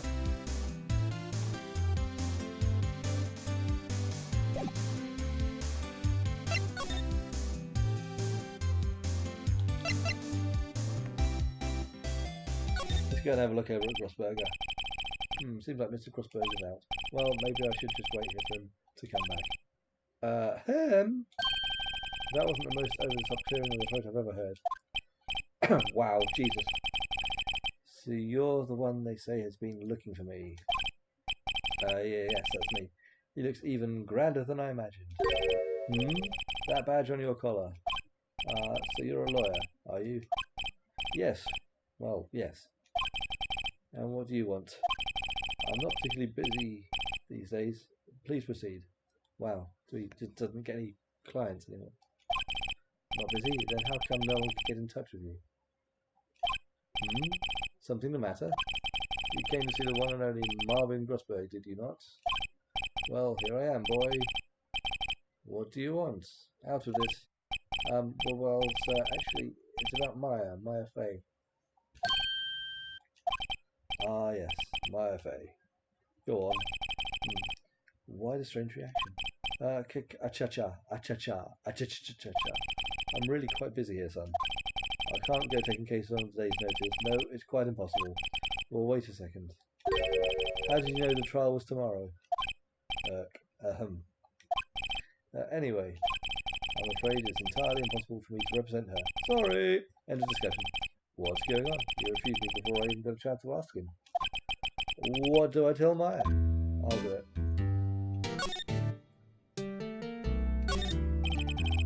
Table for clients. An elegant ebony case. If I'm not mistaken, that lighter's made of solid gold. Wow. Even I can tell someone here's got money to burn. An expensive potted plant. No idea what kind of plant it is, but it's probably the most expensive one available. And it's probably completely and utterly potted. That painting has been bugging me ever since I stepped in here. The oil paint is so thick it's practically giving me a stuffed nose. I'm sure the price is nothing to sneeze at either, for that matter. Expensive looking mahogany bookshelves filled with expensive looking books.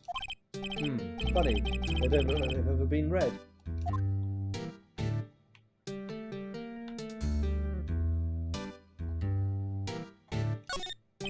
A solid mahogany desk. The wood's been polished to a deep luster.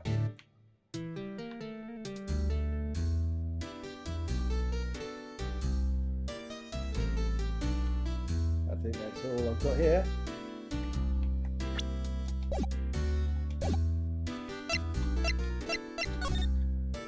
Your refusal. How can you just refuse like that? Please tell me why you won't take the case. Well, you see, it's just I'm busy, you see. But the client is Mia Fey's sister. Mia trusts you. She knew her sister would be in good hands. Yes, of course, I know that. However, I'm sorry, but I must refuse. Sorry, goodbye. Creep. Fine. I don't have any time to argue with you anyway. I'll go look elsewhere. Grumble. Think not. Huh? Did you just say something? I think not, I said. What do you mean? I'm going to get murdered. I'm the next victim. I'm terribly, terribly sorry. But I'm afraid that no lawyer worth their salt will take on this particular case. Terribly sorry, my boy. Why? I cannot say. I beg your pardon, but could you leave now? I have nothing more to discuss with you. What's going on here? How did you know Mia Fey? She worked here a long time ago, quite an apprentice. Learned my techniques in the blink of an eye. She left one day quite suddenly. She had a mission, you see? A mission? You could see it in her eyes. She followed it with a burning passion. Never looked back, that one. See, I've been told to get out straight away and now I'm still asking questions. It's quite funny. That painting. That's quite a painting. Ahaha, you noticed. It's my pride and joy. Impressive, isn't it? Well, isn't it? The colour of the sky, the hue of the sea, the weave of that straw hat. It's worth at least 3 million. I have no intention of parting with it, of course. No, I won't sell it. Not even to you. I wasn't even going to make an offer. I wasn't interested yet. It's not for sale. I'm not buying. Jeez. Okay.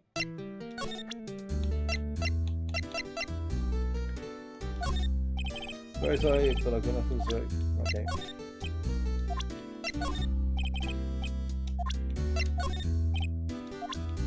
Just checking that he's going to be as obstinate with all of these bits. Okay, fine. I'll go then. Fine. I'll go then. Fainco law offices. Don't need to go back there, do we? 3:42 PM. Okay, so that's a quarter of an hour. Hiya! Sorry, it's getting a bit chilly in here. I'm going to put the heating on for a moment or two. Right. Hiya! Oh, you're back. Did you find the lawyer? I did. He's completing that Trump work. Well, what do I tell her? Well, see, just be honest. I really don't think you should use that guy. He didn't seem healthy. He was all skin and bones. What really happened? You don't mean he refused to help? Yeah, he kind of did.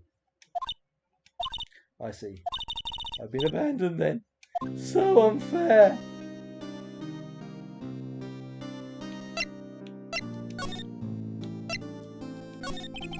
What about your family? I only had my sister. My father died when I was very young. And I don't know where my mother is. Don't know. She could still be alive. The women in my family have been mediums for generations. So there are not too short, not too tall. Good, right.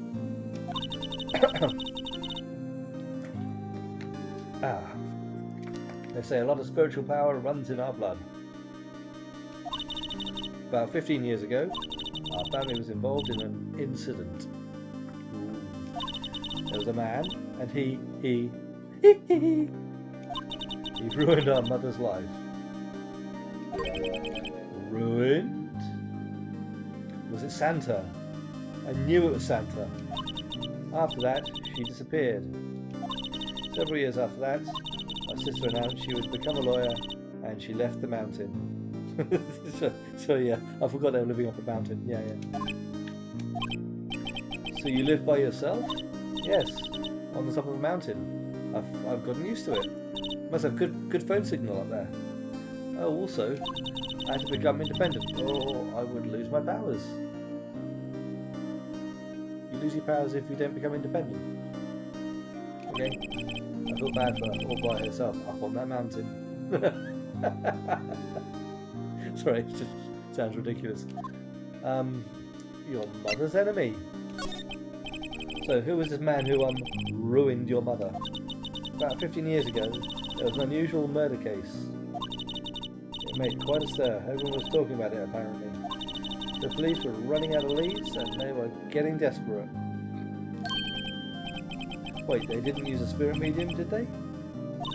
The police convinced my mother to try to convict the victim. To try to contact the victim. But the police wouldn't go to meet... Okay, right, fine. Wow, so what happened? The case was solved, we thought. You thought? The man my mother helped the police capture was innocent. The police's consultation with a medium had all been carried out in secret, of course. But a man found out about it and leaked it to the press. He told all the papers that my mother was a fraud, and the media jumped on it big time. My mother, became the laughingstock of the nation. I see. White. excuse me, White. That was his name. My sister told me. White? Just a little longer now before the state-appointed lawyer comes, I guess. What should I do? Do I just leave her and go home? Yeah, I should go home. I'll go home, shall I? That seems like a good plan. I'll defend you. I've made up my mind. I'm going to defend you whether you want me to or not. That's not how it works. Why? Well, someone else is the culprit. You aren't the culprit, someone else is. How do you know? I have a hunch. Given the evidence, it would be easy to see that Maya was the killer. But there's something about this whole thing that smells fishy. That witness's strange behaviour, was that all an act? Yeah, almost certainly. And the way that lawyer refused to help out Maya. But more than all that, she has no one left to help her.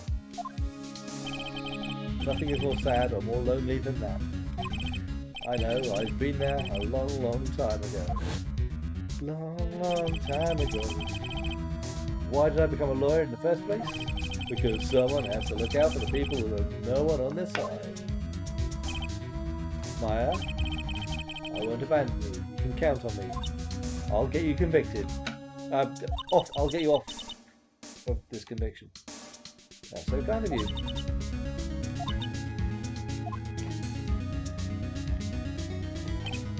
Well,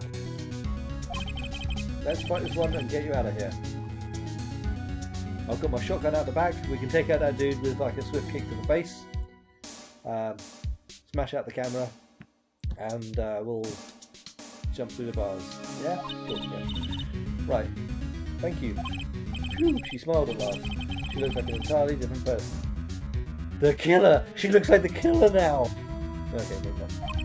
One last question. You are innocent, right? Yes. And I trust you. Do you trust me too, okay? It's a deal. So, what next? There's something that's been bugging me.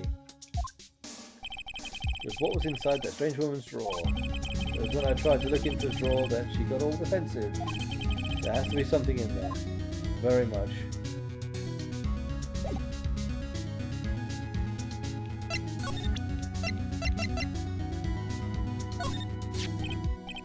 Hey, I got your cell phone back.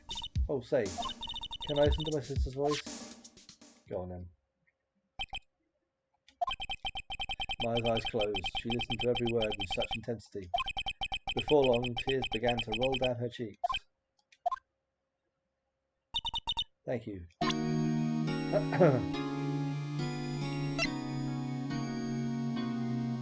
Does she remember where the evidence is now? I assume it's going to come out in the court case, because we haven't actually checked inside the statue at all, have we?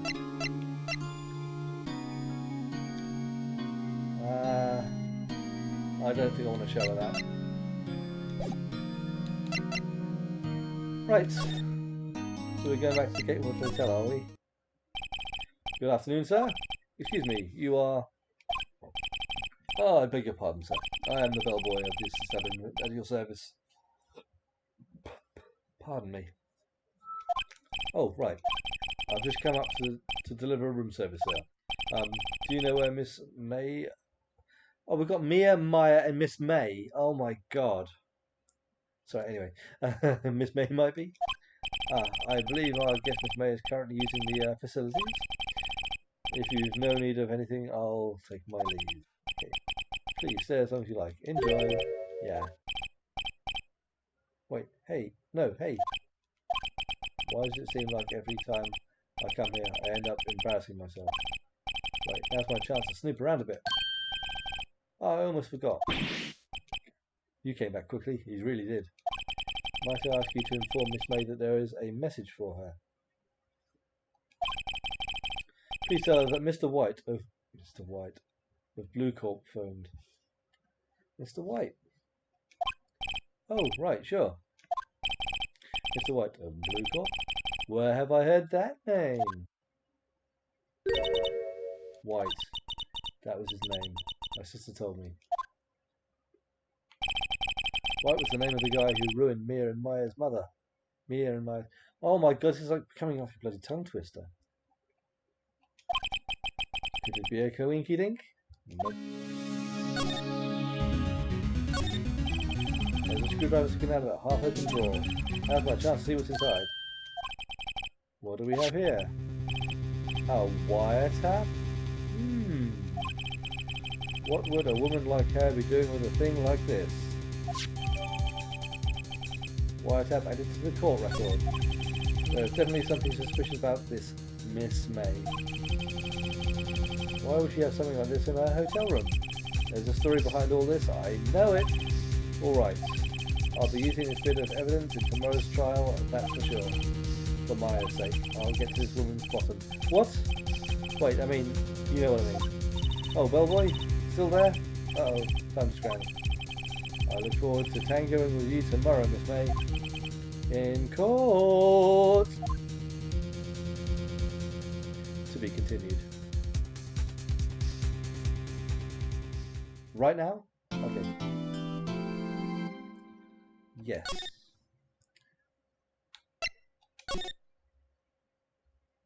Right. Okay. September 7th, 10 a.m. District Court, number 1. Dunch, dunch, dunch, dunch. Oh, sorry. Court is now in session for the trial of Miss... Is there only one judge in this place? It's Maya Fay. The prosecution is ready, Your Honor. The defense is ready, Your Honor.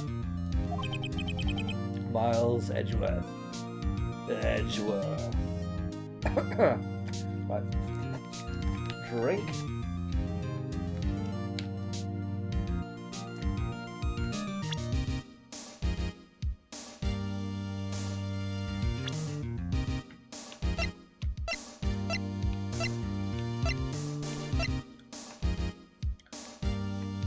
Okay, why is he important? Okay. I'd better not show any signs of weakness today, or he'll be on me in an instant. Did the white... Oh, the wiretap is there. Cool, okay. Mr. Edgeworth, please give the court your opening statement. Thank you, Your Honour. The defendant, Miss Maya Fay, was at the scene of the crime. The prosecution has evidence she committed this murder, and we have a witness who saw her do it. Do I object yet? The prosecution sees no reason to doubt the facts in this case, Your Honour. I see. Thank you, Mr. Edgeworth. Let's begin then. If we may call our first witness, Your Honour. The prosecution calls the chief officer at the scene, Detective Gumshoe.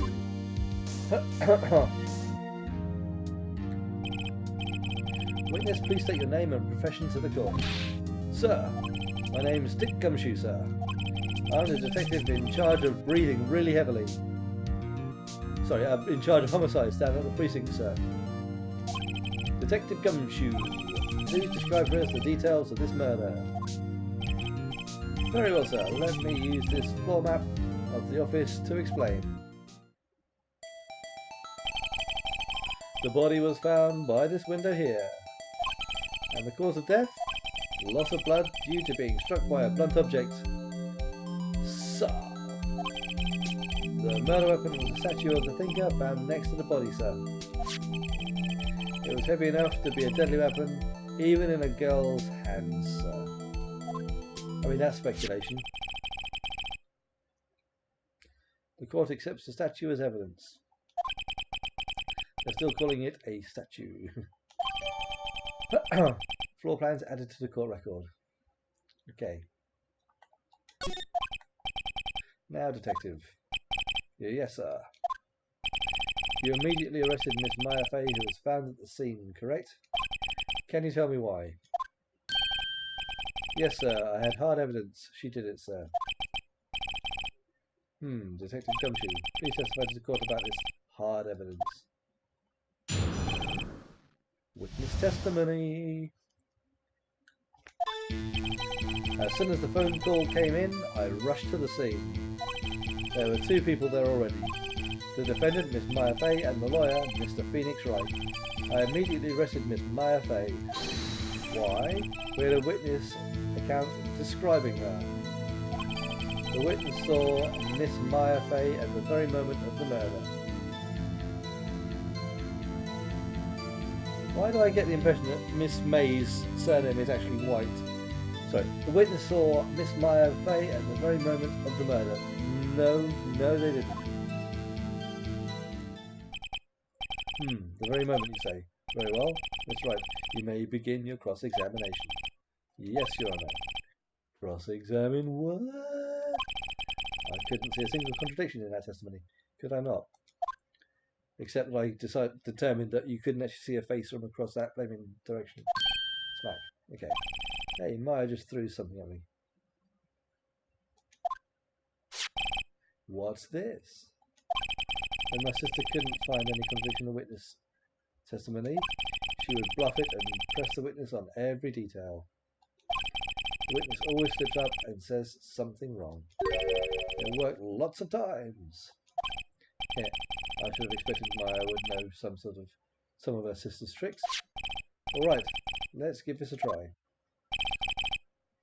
Something the matter? No, Your Honour. I'd like to begin my cross-examination. Miss Maya Fey's arrest. As soon as the phone call came in, I rushed to the scene. Fine. There were 2 people there already. The defendant, Miss Maya Fey, and the lawyer, Mr. Phoenix Wright. Correct. I immediately arrested Miss Maya Fey. Why? We had a witness account describing her.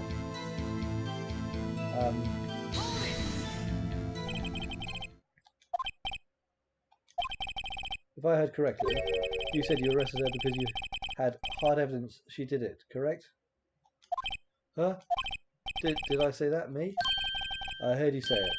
You did say it. Yeah, you said it. Yeah.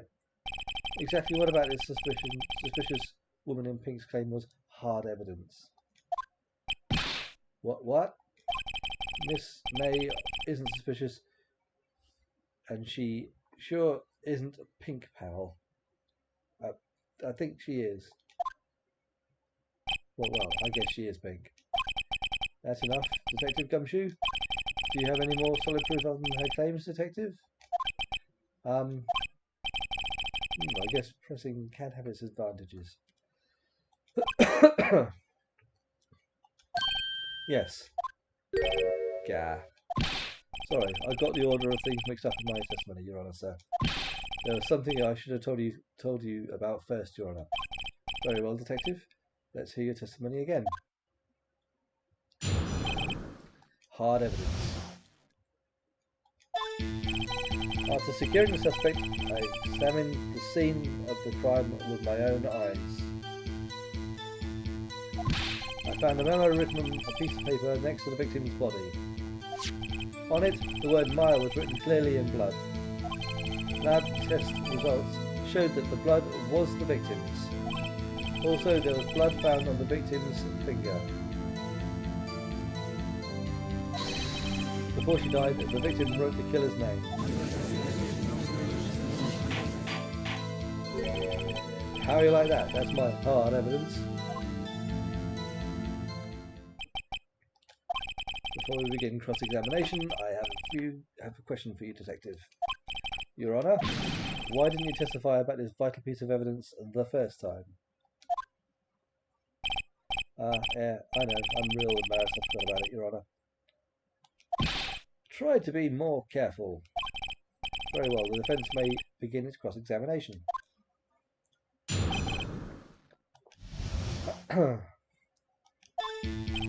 After securing the suspect, I examined the scene of the crime with my own eyes. I found a memo written on a piece of paper next to the victim's body. On it, the word Maya was written clearly in blood. Lab tests showed that the blood was the victim's. Also, there was blood found on the victim's finger. On which hand was the bloody finger, Detective? Right hand. She was right-handed. Haha, nice try.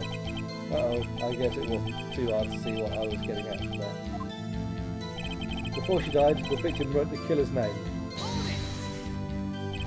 Detective Gumshoe. Do you get a lot of cases where the victim actually writes the killer's name?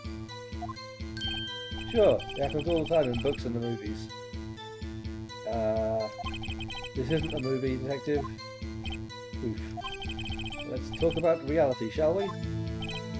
I guess I haven't heard of many cases, no. Don't you find it a little odd that the victim would write down a name?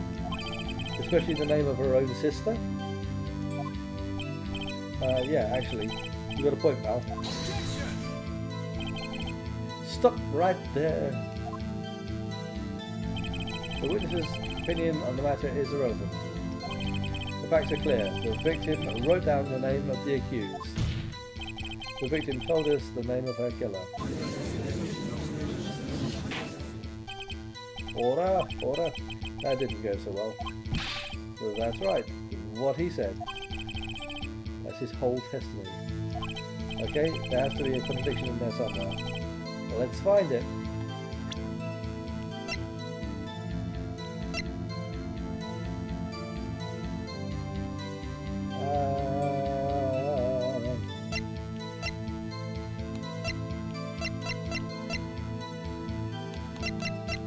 That's the picture, isn't it?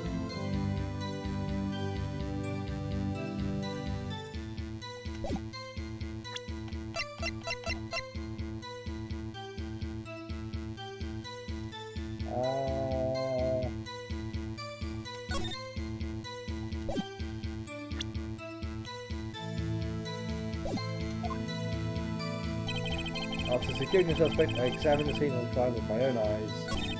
I found a memo written on a piece of paper next to the victim's body.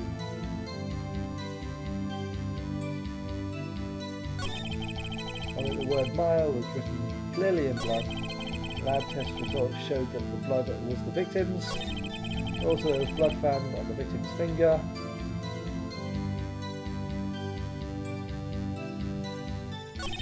Before she died, the victim wrote the killer's name.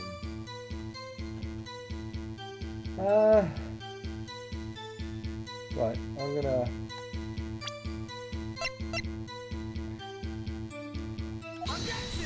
present this and hope that's the right thing. Your Honour, that statement contradicts this evidence. It does? I don't see anything contradictory. Huh? Really? Objection overruled. What?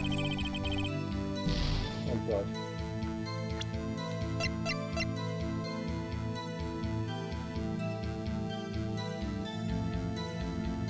That one. That one. Okay, I'll mark that up. Before she died, the victim wrote the killer's name. But it said death was instantaneous. There we are. Detective Gumshoe, there's one thing I want you to clarify for me here. You say that the victim, Maya Fey, wrote this note. That she was accusing the defendant, Maya Fey? Mia Maya. No. That's really what you're saying. What? This isn't one of those lawyer tricks now, is it? Of course you wrote it. Who else could have? You have it backwards, Detective. Backwards? The victim is the only person who absolutely could not have written it. This is a report from your department, Detective. Immediate death due to a blow from a blunt object. She died immediately. But no butting your way out of this one, Detective.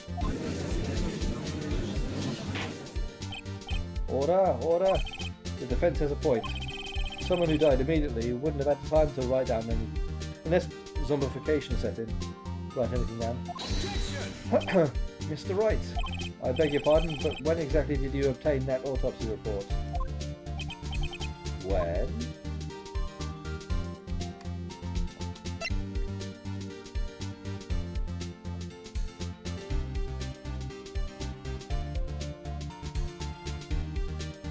Do I just forget? The day after the murder. prosecution's point being? That autopsy report is outdated, Your Honour. Well, what? A second autopsy was performed yesterday at my request. Death was almost immediate due to a blow from a blunt object. He's falsifying bloody evidence, the shitbag. But there is a possibility the victim lived for several minutes after the blow. In which case she'd have been alive when I got there.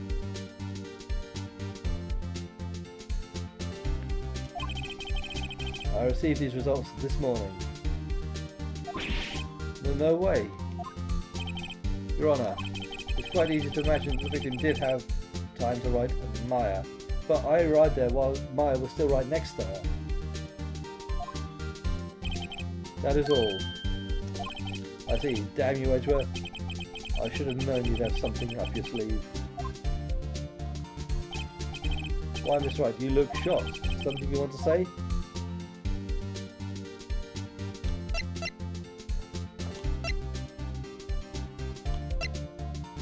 You're a sham, Edgeworth.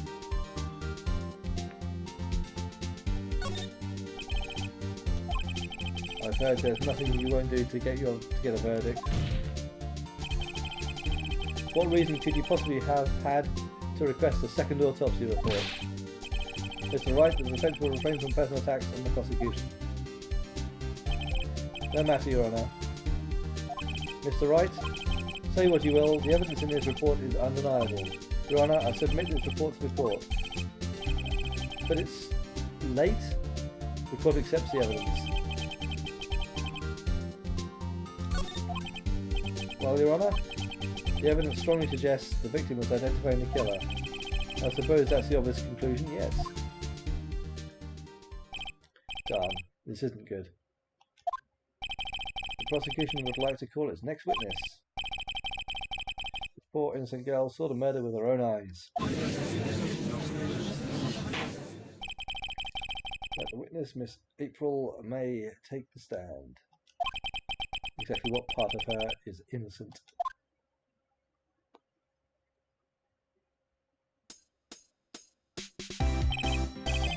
Witness, your name please. April May, at your service. Wink.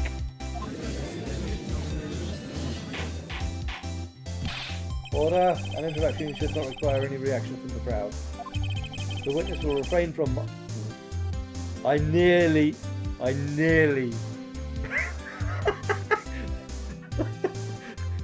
Wanton winking, not wankton wanting. No, yeah, will refrain from wanton winking. Wow. Yeah, they must have done that deliberately. Oh, yes, Your Honour. This is not good. She's already captured the heart of every man in this courtroom. Tell us, where were you on the night of September 5 when the murder occurred? Gee, I was in my hotel room.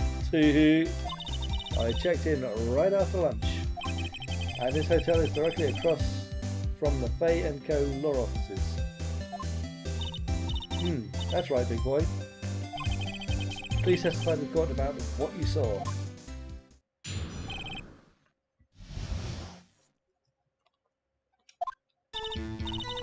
It was like 9 at night. I looked out the window, you know, and then, ooh, I saw a woman with long hair being attacked. The one attacking her was a mousy girl sitting in the defendant's, chair. Then the woman, dodged to one side and ran away.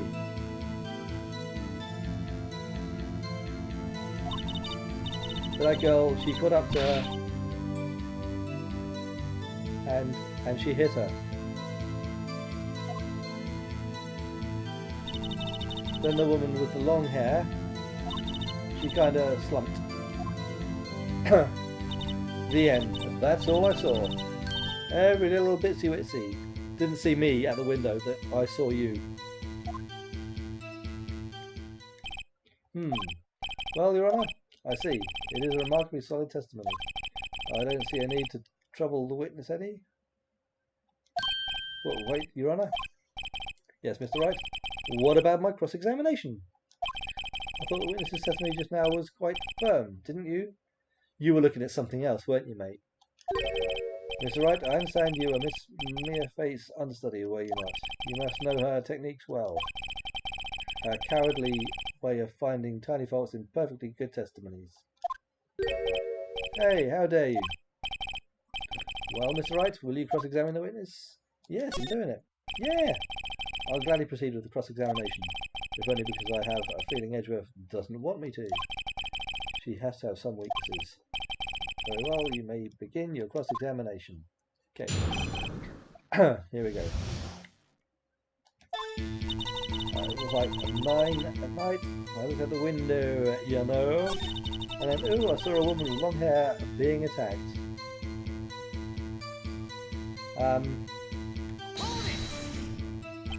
The woman with long hair. That was Mia Faye.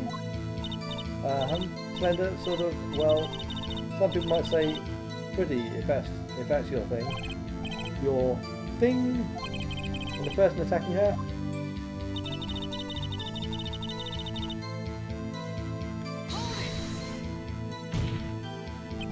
How do you know she was a defendant? Huh? Well, you know, she had a girlish physique. Women know these things. Look, I just know, okay?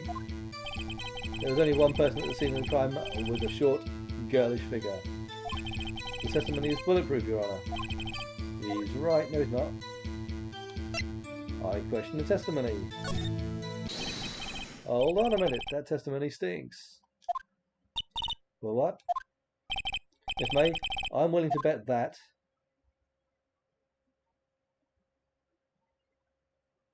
you saw nothing, or you're lying. You saw nothing. Did you really see the defendant at all? Mr. Wright, what's the meaning of this? Yes, what is the meaning of this? Somebody tell me, because I'm clueless about this, I mean. Yeah, okay. If you had really witnessed my client, Mia Faye, you would have noticed her clothes before noticing her physique. Yeah. No one wears clothes like this on a daily basis except her. And I'm no expert on fashion, but her hairdo looks far from normal to me. However, the witness's testimony mentions neither of these things. The testimony is bogus. But still, we don't know if she was dressed that way the night of the murder. We do, because I was there. She was, Your Honour. I saw her, and so did Detective Gumshoe. What do you say to that, Miss May? What are you trying to say, you mean lawyer? I saw what I saw. I just didn't think all that trifling little details were necessary, darling. Miss May, the court would like to remind you to please omit nothing in your testimony. Wow. That bounce was for the judge, I think. I'm sorry, Your Honour, I'll be a good girl, I promise. Wank. Wink, wink, wink. Damn it. Your testimony again, if you would. Damn, I almost had her.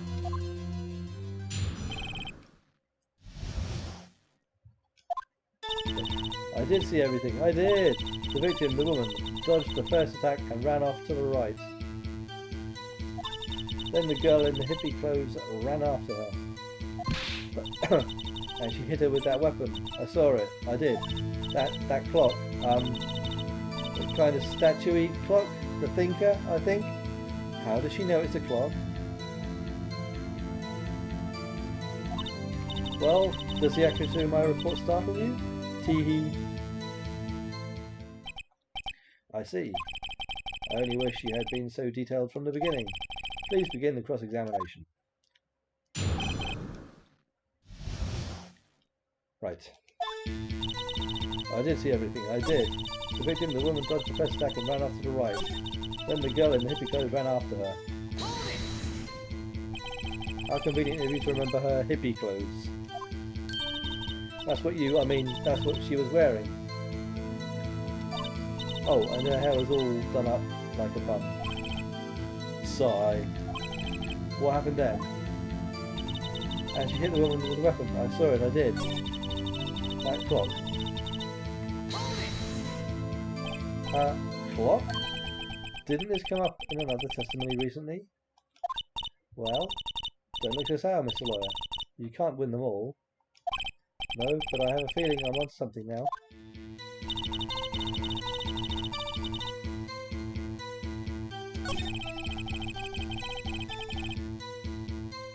Her previous testimony must have been what Edgeworth wanted her to say. So this was the testimony in her own words. Time to press and squeeze the truth out of her. Figuratively, of course.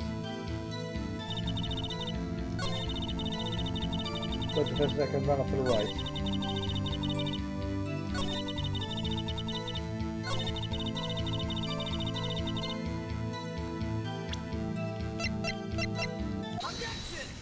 Objection!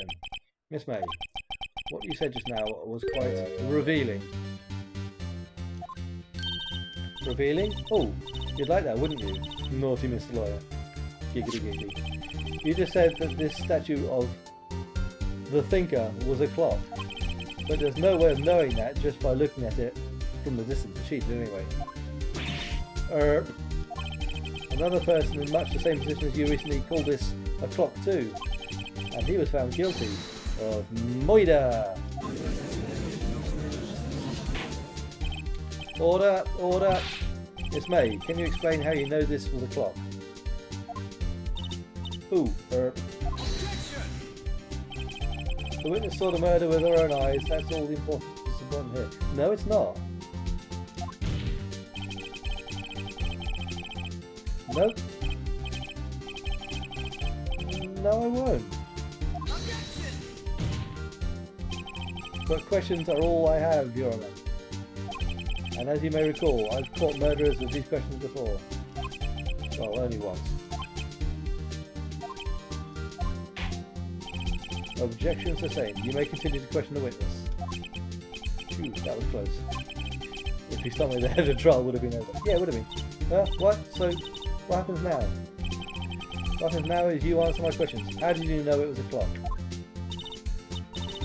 What? That's because I heard it, but there were no batteries in it. I heard it say the time.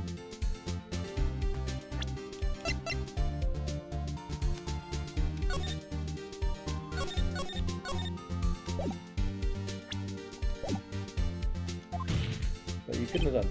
So you've been to the law offices of Fay & Co. No. Hey, I didn't say that. Why would I go there? I heard it from my hotel room. Law offices in Fay & Co. where the murder took place is very close to the hotel. You could easily have heard the clock. Nope. Can I present that as evidence now, please? No. No, Your Honour. I can't give up now.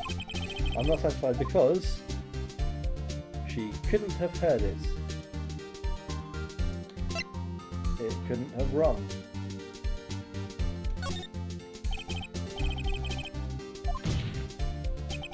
It is inconceivable that the clock in question rang. Because it's empty. That clock is missing its clockwork.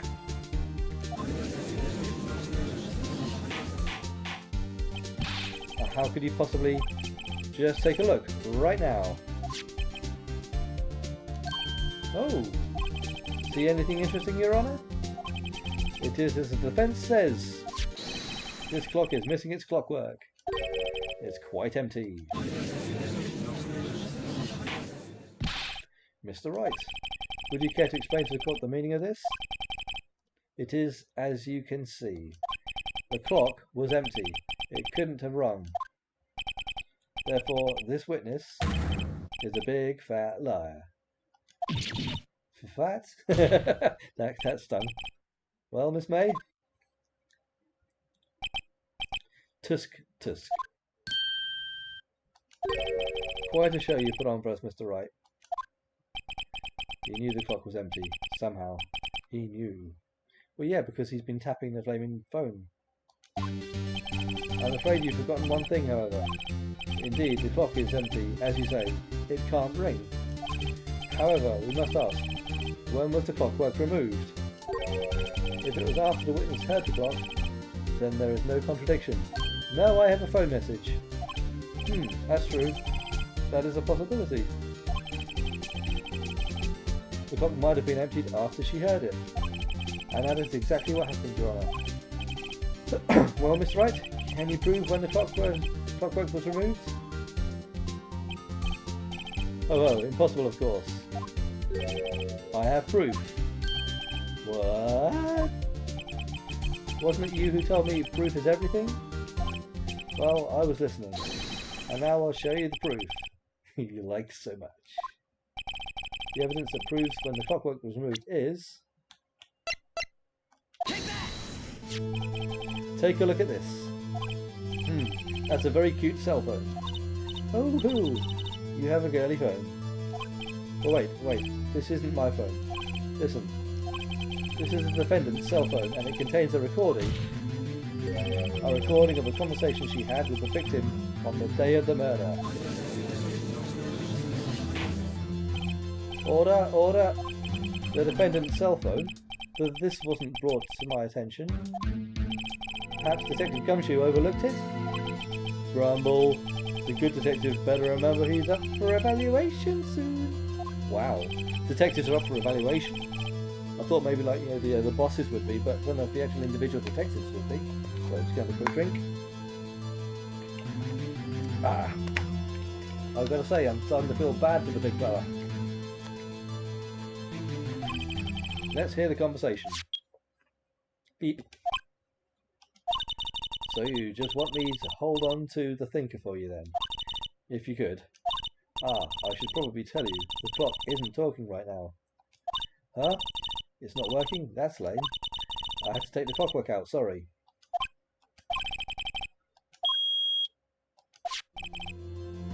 Your Honour, I think this makes it clear the clockwork was already gone by the time this was recorded. Which was well before the witness even arrived at her hotel.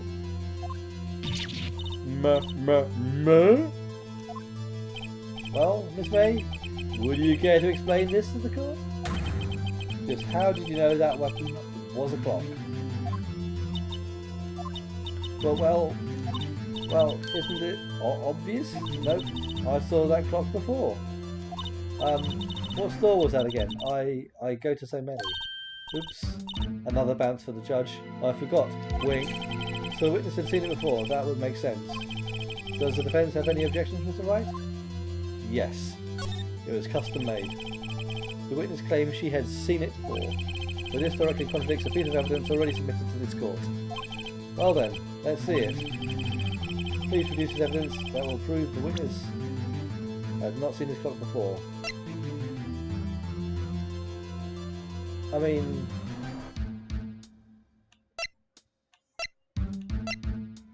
made it by Larry Butts.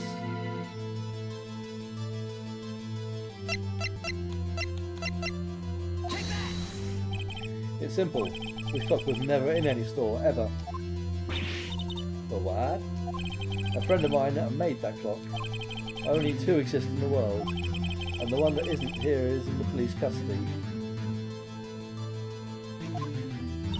Impossible. Everything is sold in stores. Miss May, I think it's high time you went shopping for a better excuse. Haha. Oh, the excuse is not on sale today? Oh. Ooh. Oh. Oh.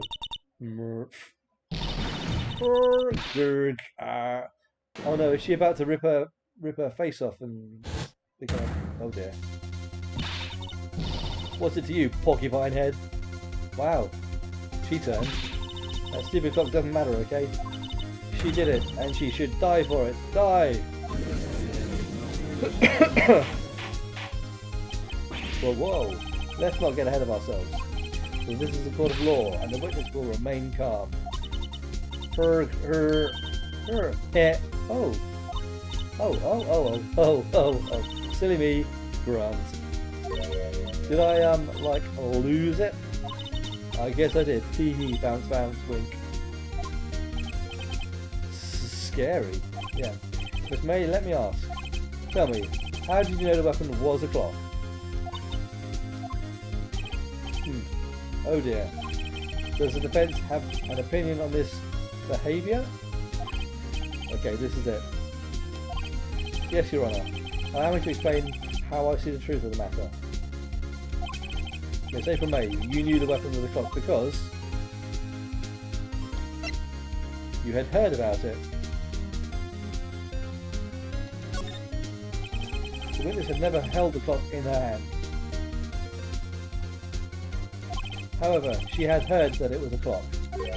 She heard? That is correct, Your Honour. There is no other way she could have known that the thinker was a clock. And I can show you the proof. Well, this is interesting.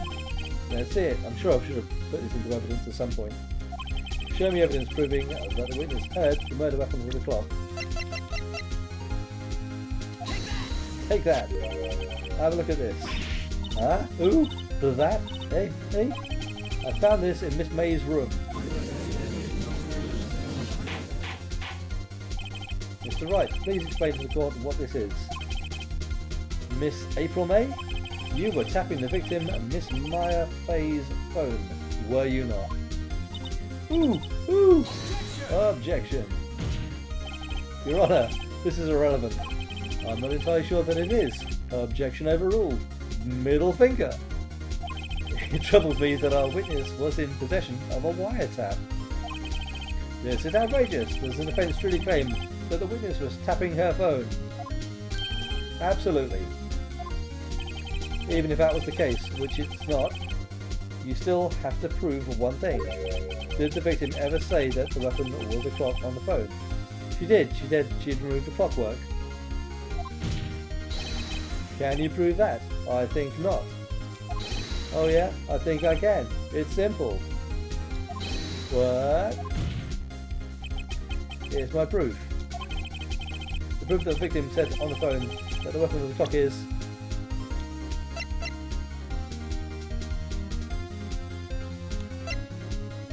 I mean, the evidence? It's actually, she literally said that she removed the clockwork.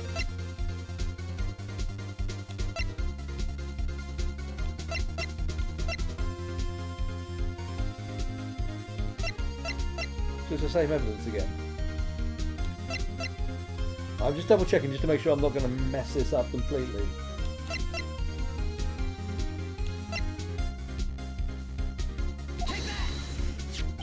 I present the defendant's cell phone. Yes, we've seen that. Listen once more to the conversation between the defendant and victim. Here, what's up?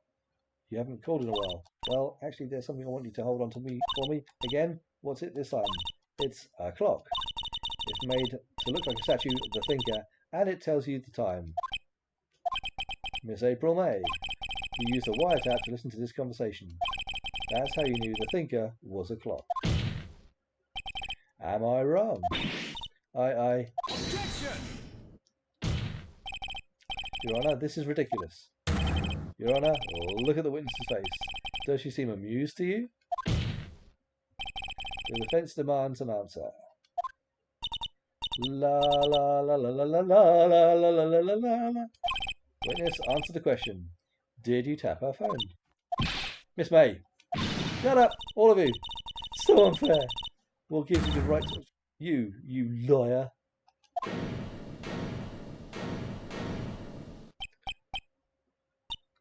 It's no fair.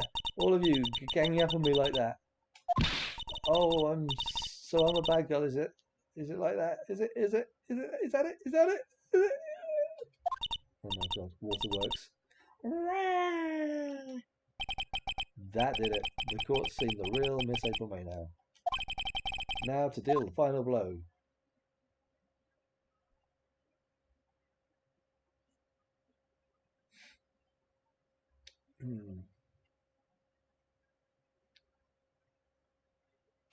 Why the wiretap? I'm going to ask why the wiretap. Because I don't think she did it. I think her dad is this Mr. White. And I reckon he did it. Why did you tap her phone? Answer the question. Do I have to? Isn't this a murder trial? Isn't Tiffany tapping irrelevant? She's saying exactly what Edgeworth wants her to say. Miss May, you were tapping the victim's phone. I hardly call that irrelevant, and it's incredibly suspicious. Given that she was overlooking the office and, whilst court does not condone the defence's tone of voice, he has a point. Well, Miss May, do you have an explanation for the court? Can you prove you had nothing to do with this murder, even though you tapped her phone? Ha, I'd like to see her pull that off. Mr. Lawyer, I saw that evil grin. You were probably thinking, I'd like to see her pull that off, weren't you? Well, you're not the first man who's thought that, oh, for God's sake. And of course, I can, and will. You can't be serious, no way. Why, I say, way. Oh, and I assure you, I'm serious, Mr. Lawyer. Okay, so, the killing happened around 9 at night. Why, that's just when I was getting room service from that sweet bellboy. Room service? Iced coffee, I believe it was. Okay. Iced coffee, you know, like normal coffee, but cold. If you don't drink it quick, the ice melts and then you have regular cold coffee. I mean, that's fair, but irrelevant. Think I'm making this up? Ask the bellboy. Wink. Oh, God. Ergo, the witness was not on the scene at the time of the murder.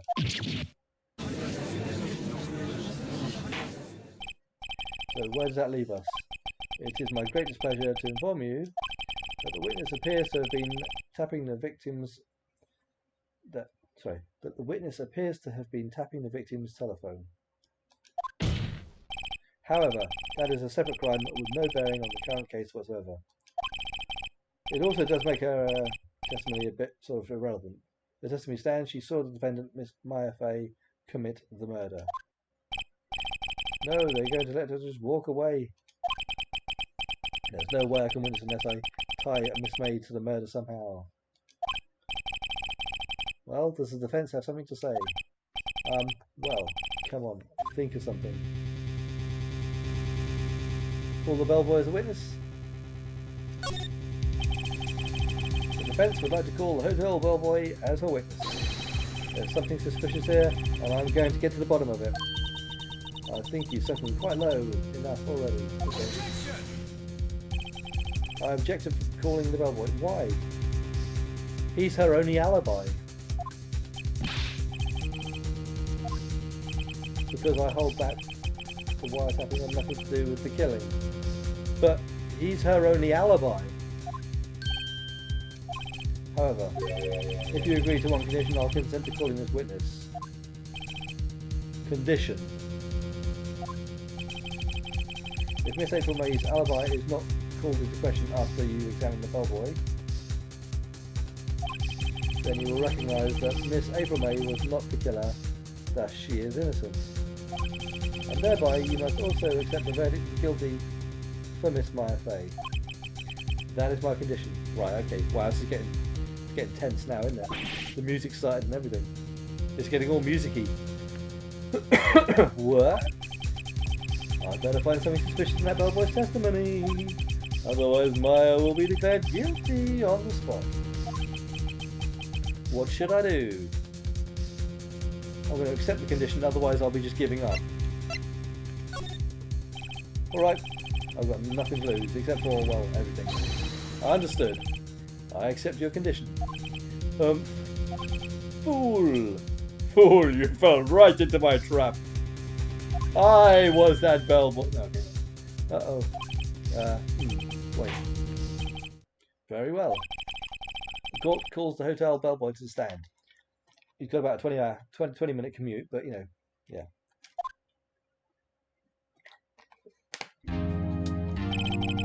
I believe we're ready for the witness to testify. Okay. He certainly does look like a bellboy. Or a bell end. No, sorry. Oh, for fuck's sake! What's he brought the tray for? this is my job certification. Yes, sir. I received your summons in the middle of work, sir. I'm happy to be of service. You could have left that behind, unless you're literally just around the back of this building. That tea set looks rather heavy, so without further ado, the witness may begin his testimony. Very good, sir. Okay. I am the head bellboy at the Fine Gatewater Hotel in business for 4 generations. I believe I received a call at 8 in the evening from our guest, Miss May. She asked for an iced coffee to be brought to her at 9 on the dot, sir. I brought it to her at precisely the requested time, of course.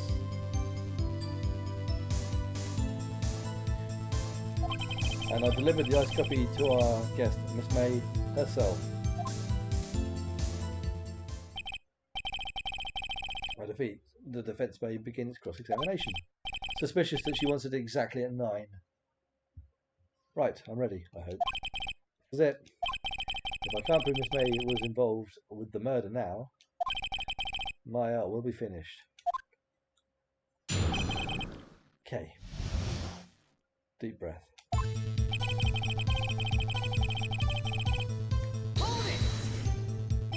What exactly is it you do at the hotel? Why, anything required of me, sir? I check in guests, I check out guests. I clean rooms, I make beds, I even deliver room service, sir. I check Miss May in personally. Are you always so prim? Mr. Wright, you will refrain from asking frivolous questions. I believe we received a call after 8 in the evening from our guest, Miss May. Are you sure it was Miss May on the phone? Absolutely, sir. How can you be so certain? I checked Miss May in personally, sir. Not only did I see her in all her stunning radiance, but I also heard her voice. And then I saw them. Sorry, what? And I, The point being, I remembered her quite well, sir. Yes, what then? She asked for an iced coffee to be brought to her at 9 on the dot, sir. 9 on the dot, you say? Yes, I confirmed that detail several times. She was watching a program on the TV and wished to drink after she finished it, sir. 9, the time of the murder. I brought it to her precisely the requested time, of course, sir. Well, then she couldn't have been at the window.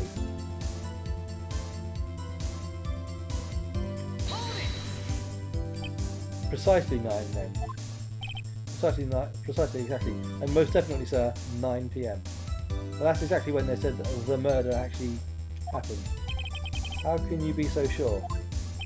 Miss May was quite insistent that it be brought then. Oh, bellboy? Tee-hee, I'd like iced coffee at exactly 9. Something like that, sir. Therefore, I knocked on her door at the crack of 9, sir. Why would she be so particular about that time? And deliver the iced coffee to Miss Guest herself.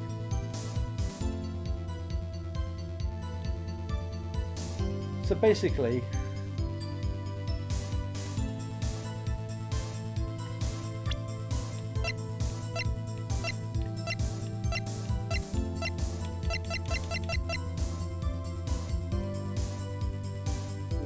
the autopsy report's changed, isn't it?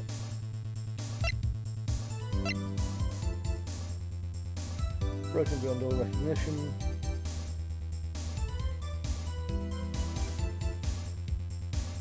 Glass light stand. I'm still trying to work out the relevance of the broken glass light stand and her falling onto it.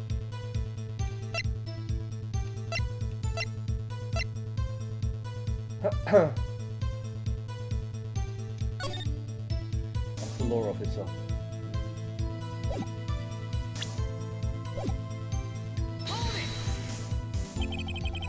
You sure it was Miss April May herself? Absolutely, sir. Absolutely? Yes, sir. As in, so very absolutely, sir. It's an endearing mannerism of mine. How come you're so very certain? Well, when I brought the room service, sir, she the guest favoured me with a embrasseur, sir. Is that French for embrace? It's French for kiss, sir, but not a French kiss, sir. More of a peck on the cheek. But why would she have done that? I believe perhaps she was momentarily swayed by my prim demeanour, sir. Okay. It was a moment I shall never forget, sir. Sounds pretty fishy to me. I think our Miss May was up to something and wanted the bellboy to remember her. Yeah.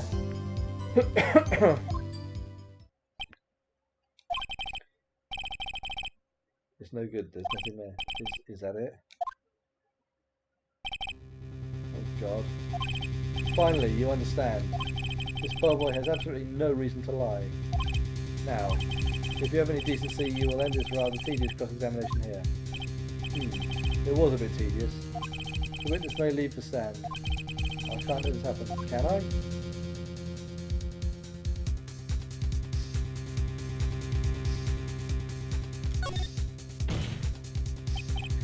Wait, please wait. Yes? Does the defence have something to add? One last question. Let me ask one last question. Your Honour, I must object. This charade of justice has gone on long enough. Now, Mr. Edgeworth. Alright, Mr. Wright. I'll give you one more question, that's all. Okay. This is really it. Now, this is my last chance. What do I ask him about?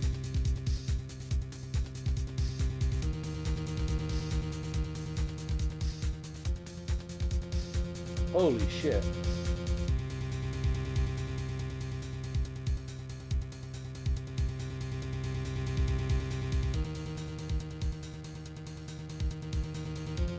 I mean, the check-in would have been 8 o'clock, he said.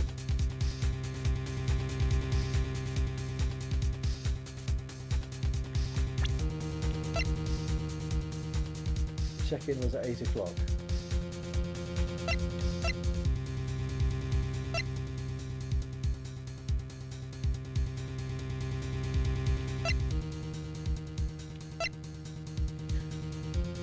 It's got to be the room service, surely.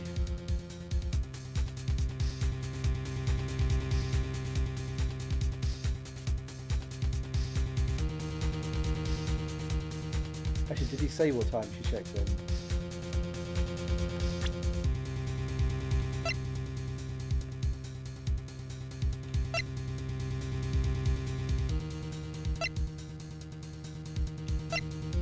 An eyewitness of the events testified that she saw Maya commit murder.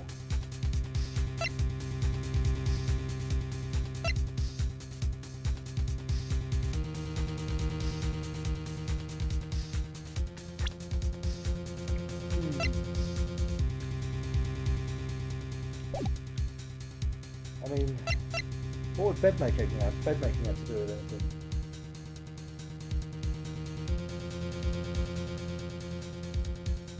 It's got to be the room service, surely. Tell me again about room service. Again, sir?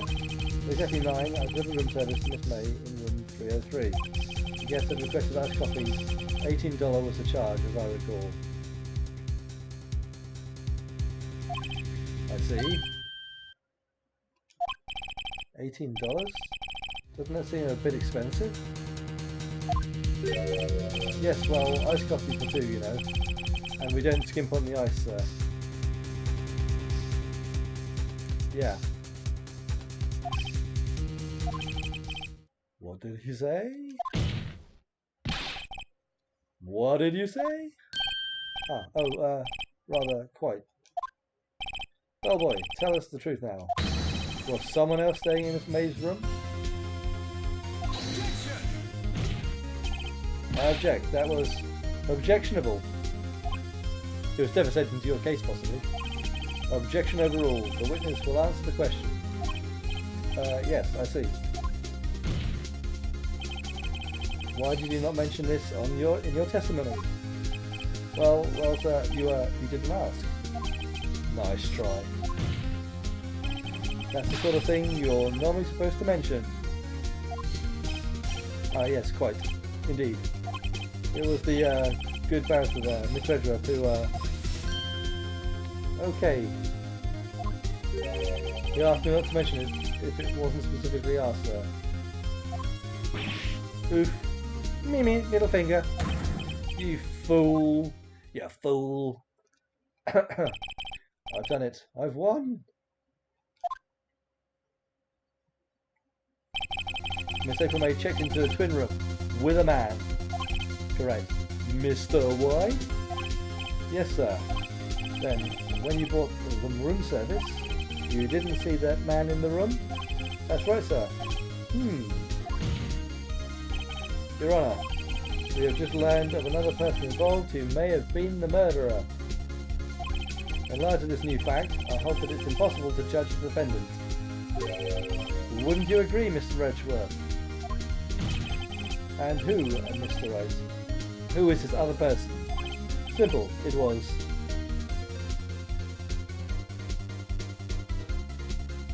Who was this other person? The man was Miss May.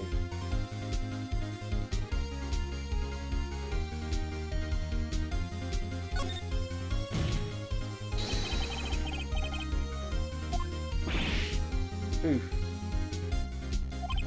Your Honour, as has been previously revealed, Miss April May was tapping the victim's phone, yet Miss May herself had an alibi at the time of the murder. However, that does not clear the man that was with her. The bellboy saw no one else in the room at the time of the murder. I'm like, what a convenient little setup. But it's too late. Too late?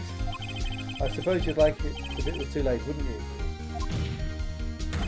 After all, it was you who hid the presence of the other man from this court. Oof. Upstart. Amateur. These accusations are ludicrous. Enough. The court acknowledges the defence's argument. I expect the prosecution and defense to look into this matter fully. Am I understood? Yes, Garth. Yes, Your Honour. That is all today for the trial of Miss Maya Fey. Court is adjourned. Yikes. That's not even the end of the trial.